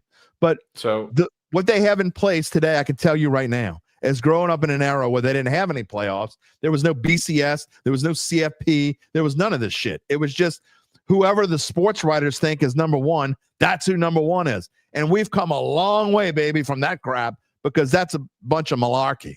You know, at least now we get to find who the champion is on the field. We'll agree on that. We agreed on Notre Dame handling this like children. Can we agree on one last point before we move on to Monday night picks? Can we agree I don't like asparagus. Can we agree that the Rose Bowl should be the site of the national championship every year? No. I think it should be. Don't get me wrong. I think the Rose Bowl is beautiful, but I'm not giving California the satisfaction of having the national championship game every year. F that. So no. Okay. My opinion. Charles loves the show. Probably because we argue sometimes. We get fired up. All right. Before we go off the air, and very quickly on this Monday Night Football tonight, Philadelphia Eagles against the Los Angeles Chargers. Playoff implications. Playoffs. The Eagles can all but put away the NFC East if they win this game, in my opinion. The Cowboys are donezo. but they are 2.5-point favorites against the Chargers, who have a banged up quarterback who's expected to play. Amarian Hampton is supposed to come back as well. They're getting healthier, but I don't know. Do you have a best bet for this game? And for those of you who are new, who are probably going when we started arguing, but anyway, for those of you who are new, we will tell you sometimes we don't even have a bet. And I don't know. Do you have a bet here? Yeah. Okay, go ahead. I've been waxing lyrical about how bad Philly is over the last few weeks, but I'm going to take a -2.5 here as road favorites. Courtesy of John Ewing, this stat of BetMGM. Justin Herbert is a home underdog, is 1-9 straight up and 3-6-1 against the spread. Yeah. I'm not a fan of Justin Herbert. So I've always thought he was overrated. My son gets mad when I say that, but I think he's overrated. Kind of like Philip Rivers. Charles says he would take Chargers over Philly by 3. Here's my thing. I do not have a best bet. I'm not going to tell you I have a bet when I don't. I'm not 100%. I may throw a few bucks on it just to make it interesting, although I'm not even going to be home most of the night. So I don't care, and I don't really have a best bet. However, if I were forced to make a play, if someone gave me $100 and said, you cannot keep this $100, you have to bet it on the Eagles-Chargers game, or else I keep it, I would also bet on the Eagles -2.5. I think that they went through a stretch where they stunk.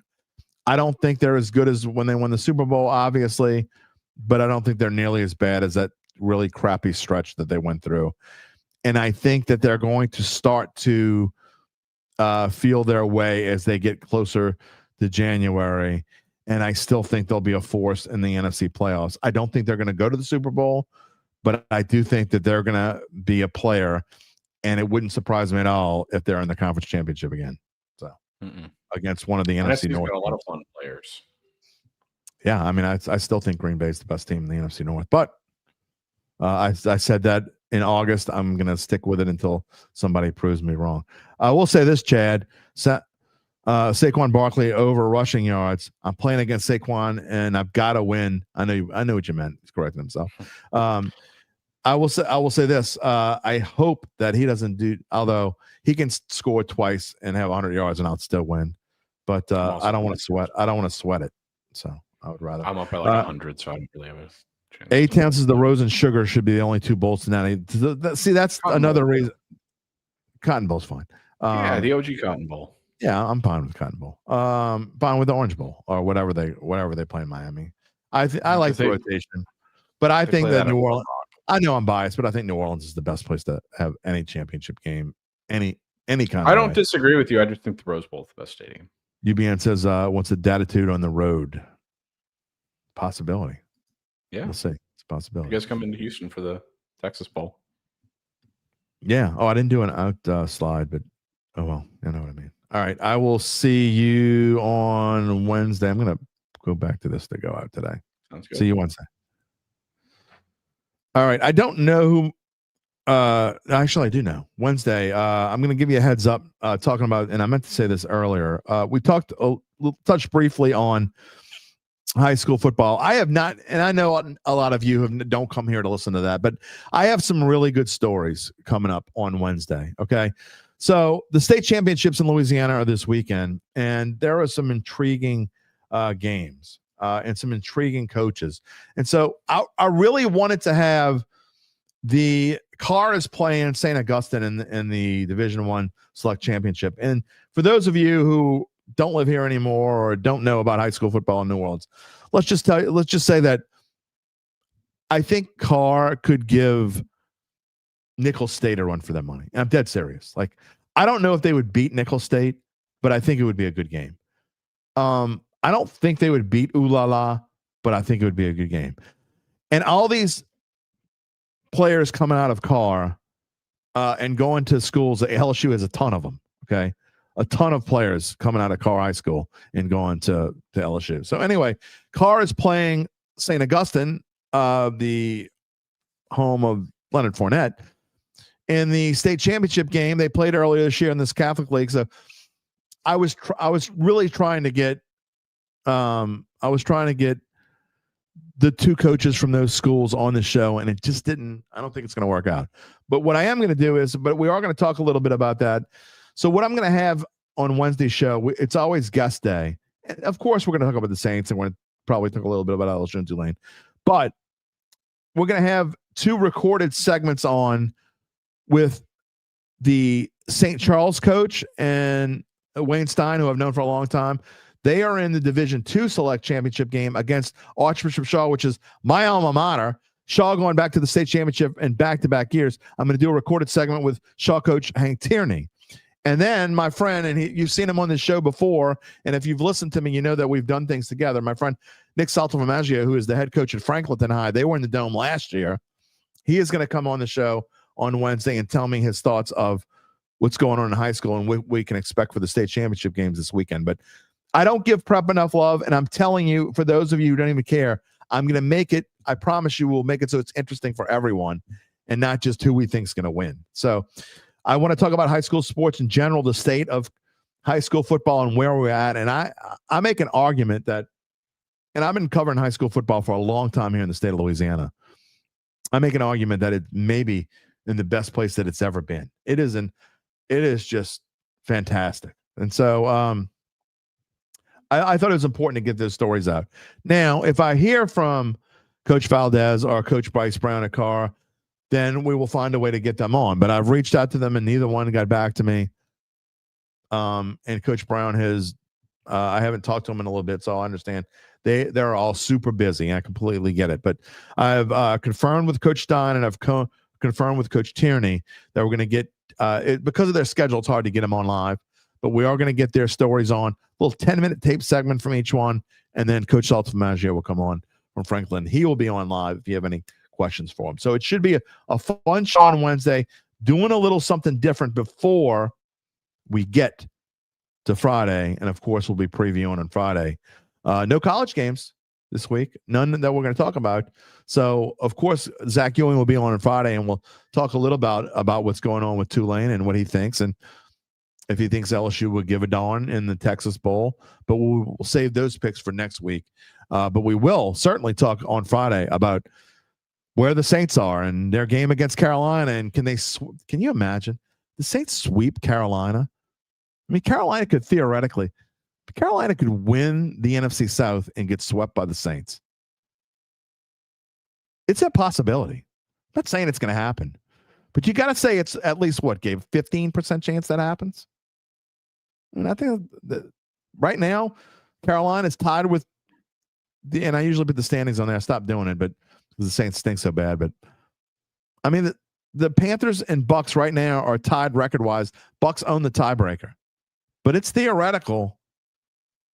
And I know that the Bucs and Panthers play each other in week 17. Week 18. I'm pretty sure that the Bucs and Panthers play each other in week 18 because I know the Saints play the Falcons. But it's all division games in week 18. So by process of elimination, Tampa, could you imagine if the Panthers are playing the Bucs for the NFC South Championship in week 18, but they got swept by the Saints? What a weird NFL. Before we go off the side, again, I forgot to make an outro slide. I was in a rush. I was trying to get Joe's commercial done. If you notice, I tweaked the intro just a little bit. We're getting copyrighted. Oh, and you know what? I tweaked the intro and then I didn't even put it up. So we still run the other one. I'm going to have to fix that one for copyright purposes as well. Even though Down has given us permission to play our intro song, when Phil's voice comes on, it copyrights it. So we can play the instrumental part of it, but we can't play the voice part of it, which is so stupid. That's how this YouTube thing works. I got to take what I can get. Kyle says, before we go off, Texas, Florida, Louisiana are better college markets for the Natty. Rose Bowl is awful logistically. That's from a man who spent a lot of time in California, I can tell you. A-Town, or am I betting on Army Navy this weekend? And wants to know when Dattitude is going to Sirius XM. Dattitude, Sirius XM, make me an offer. You make me an offer and we'll talk. And am I betting on Army Navy? I'd like to tell you no, but I'm a degenerate, so at the last minute, I'll probably put $10 on it. I don't know. We'll see.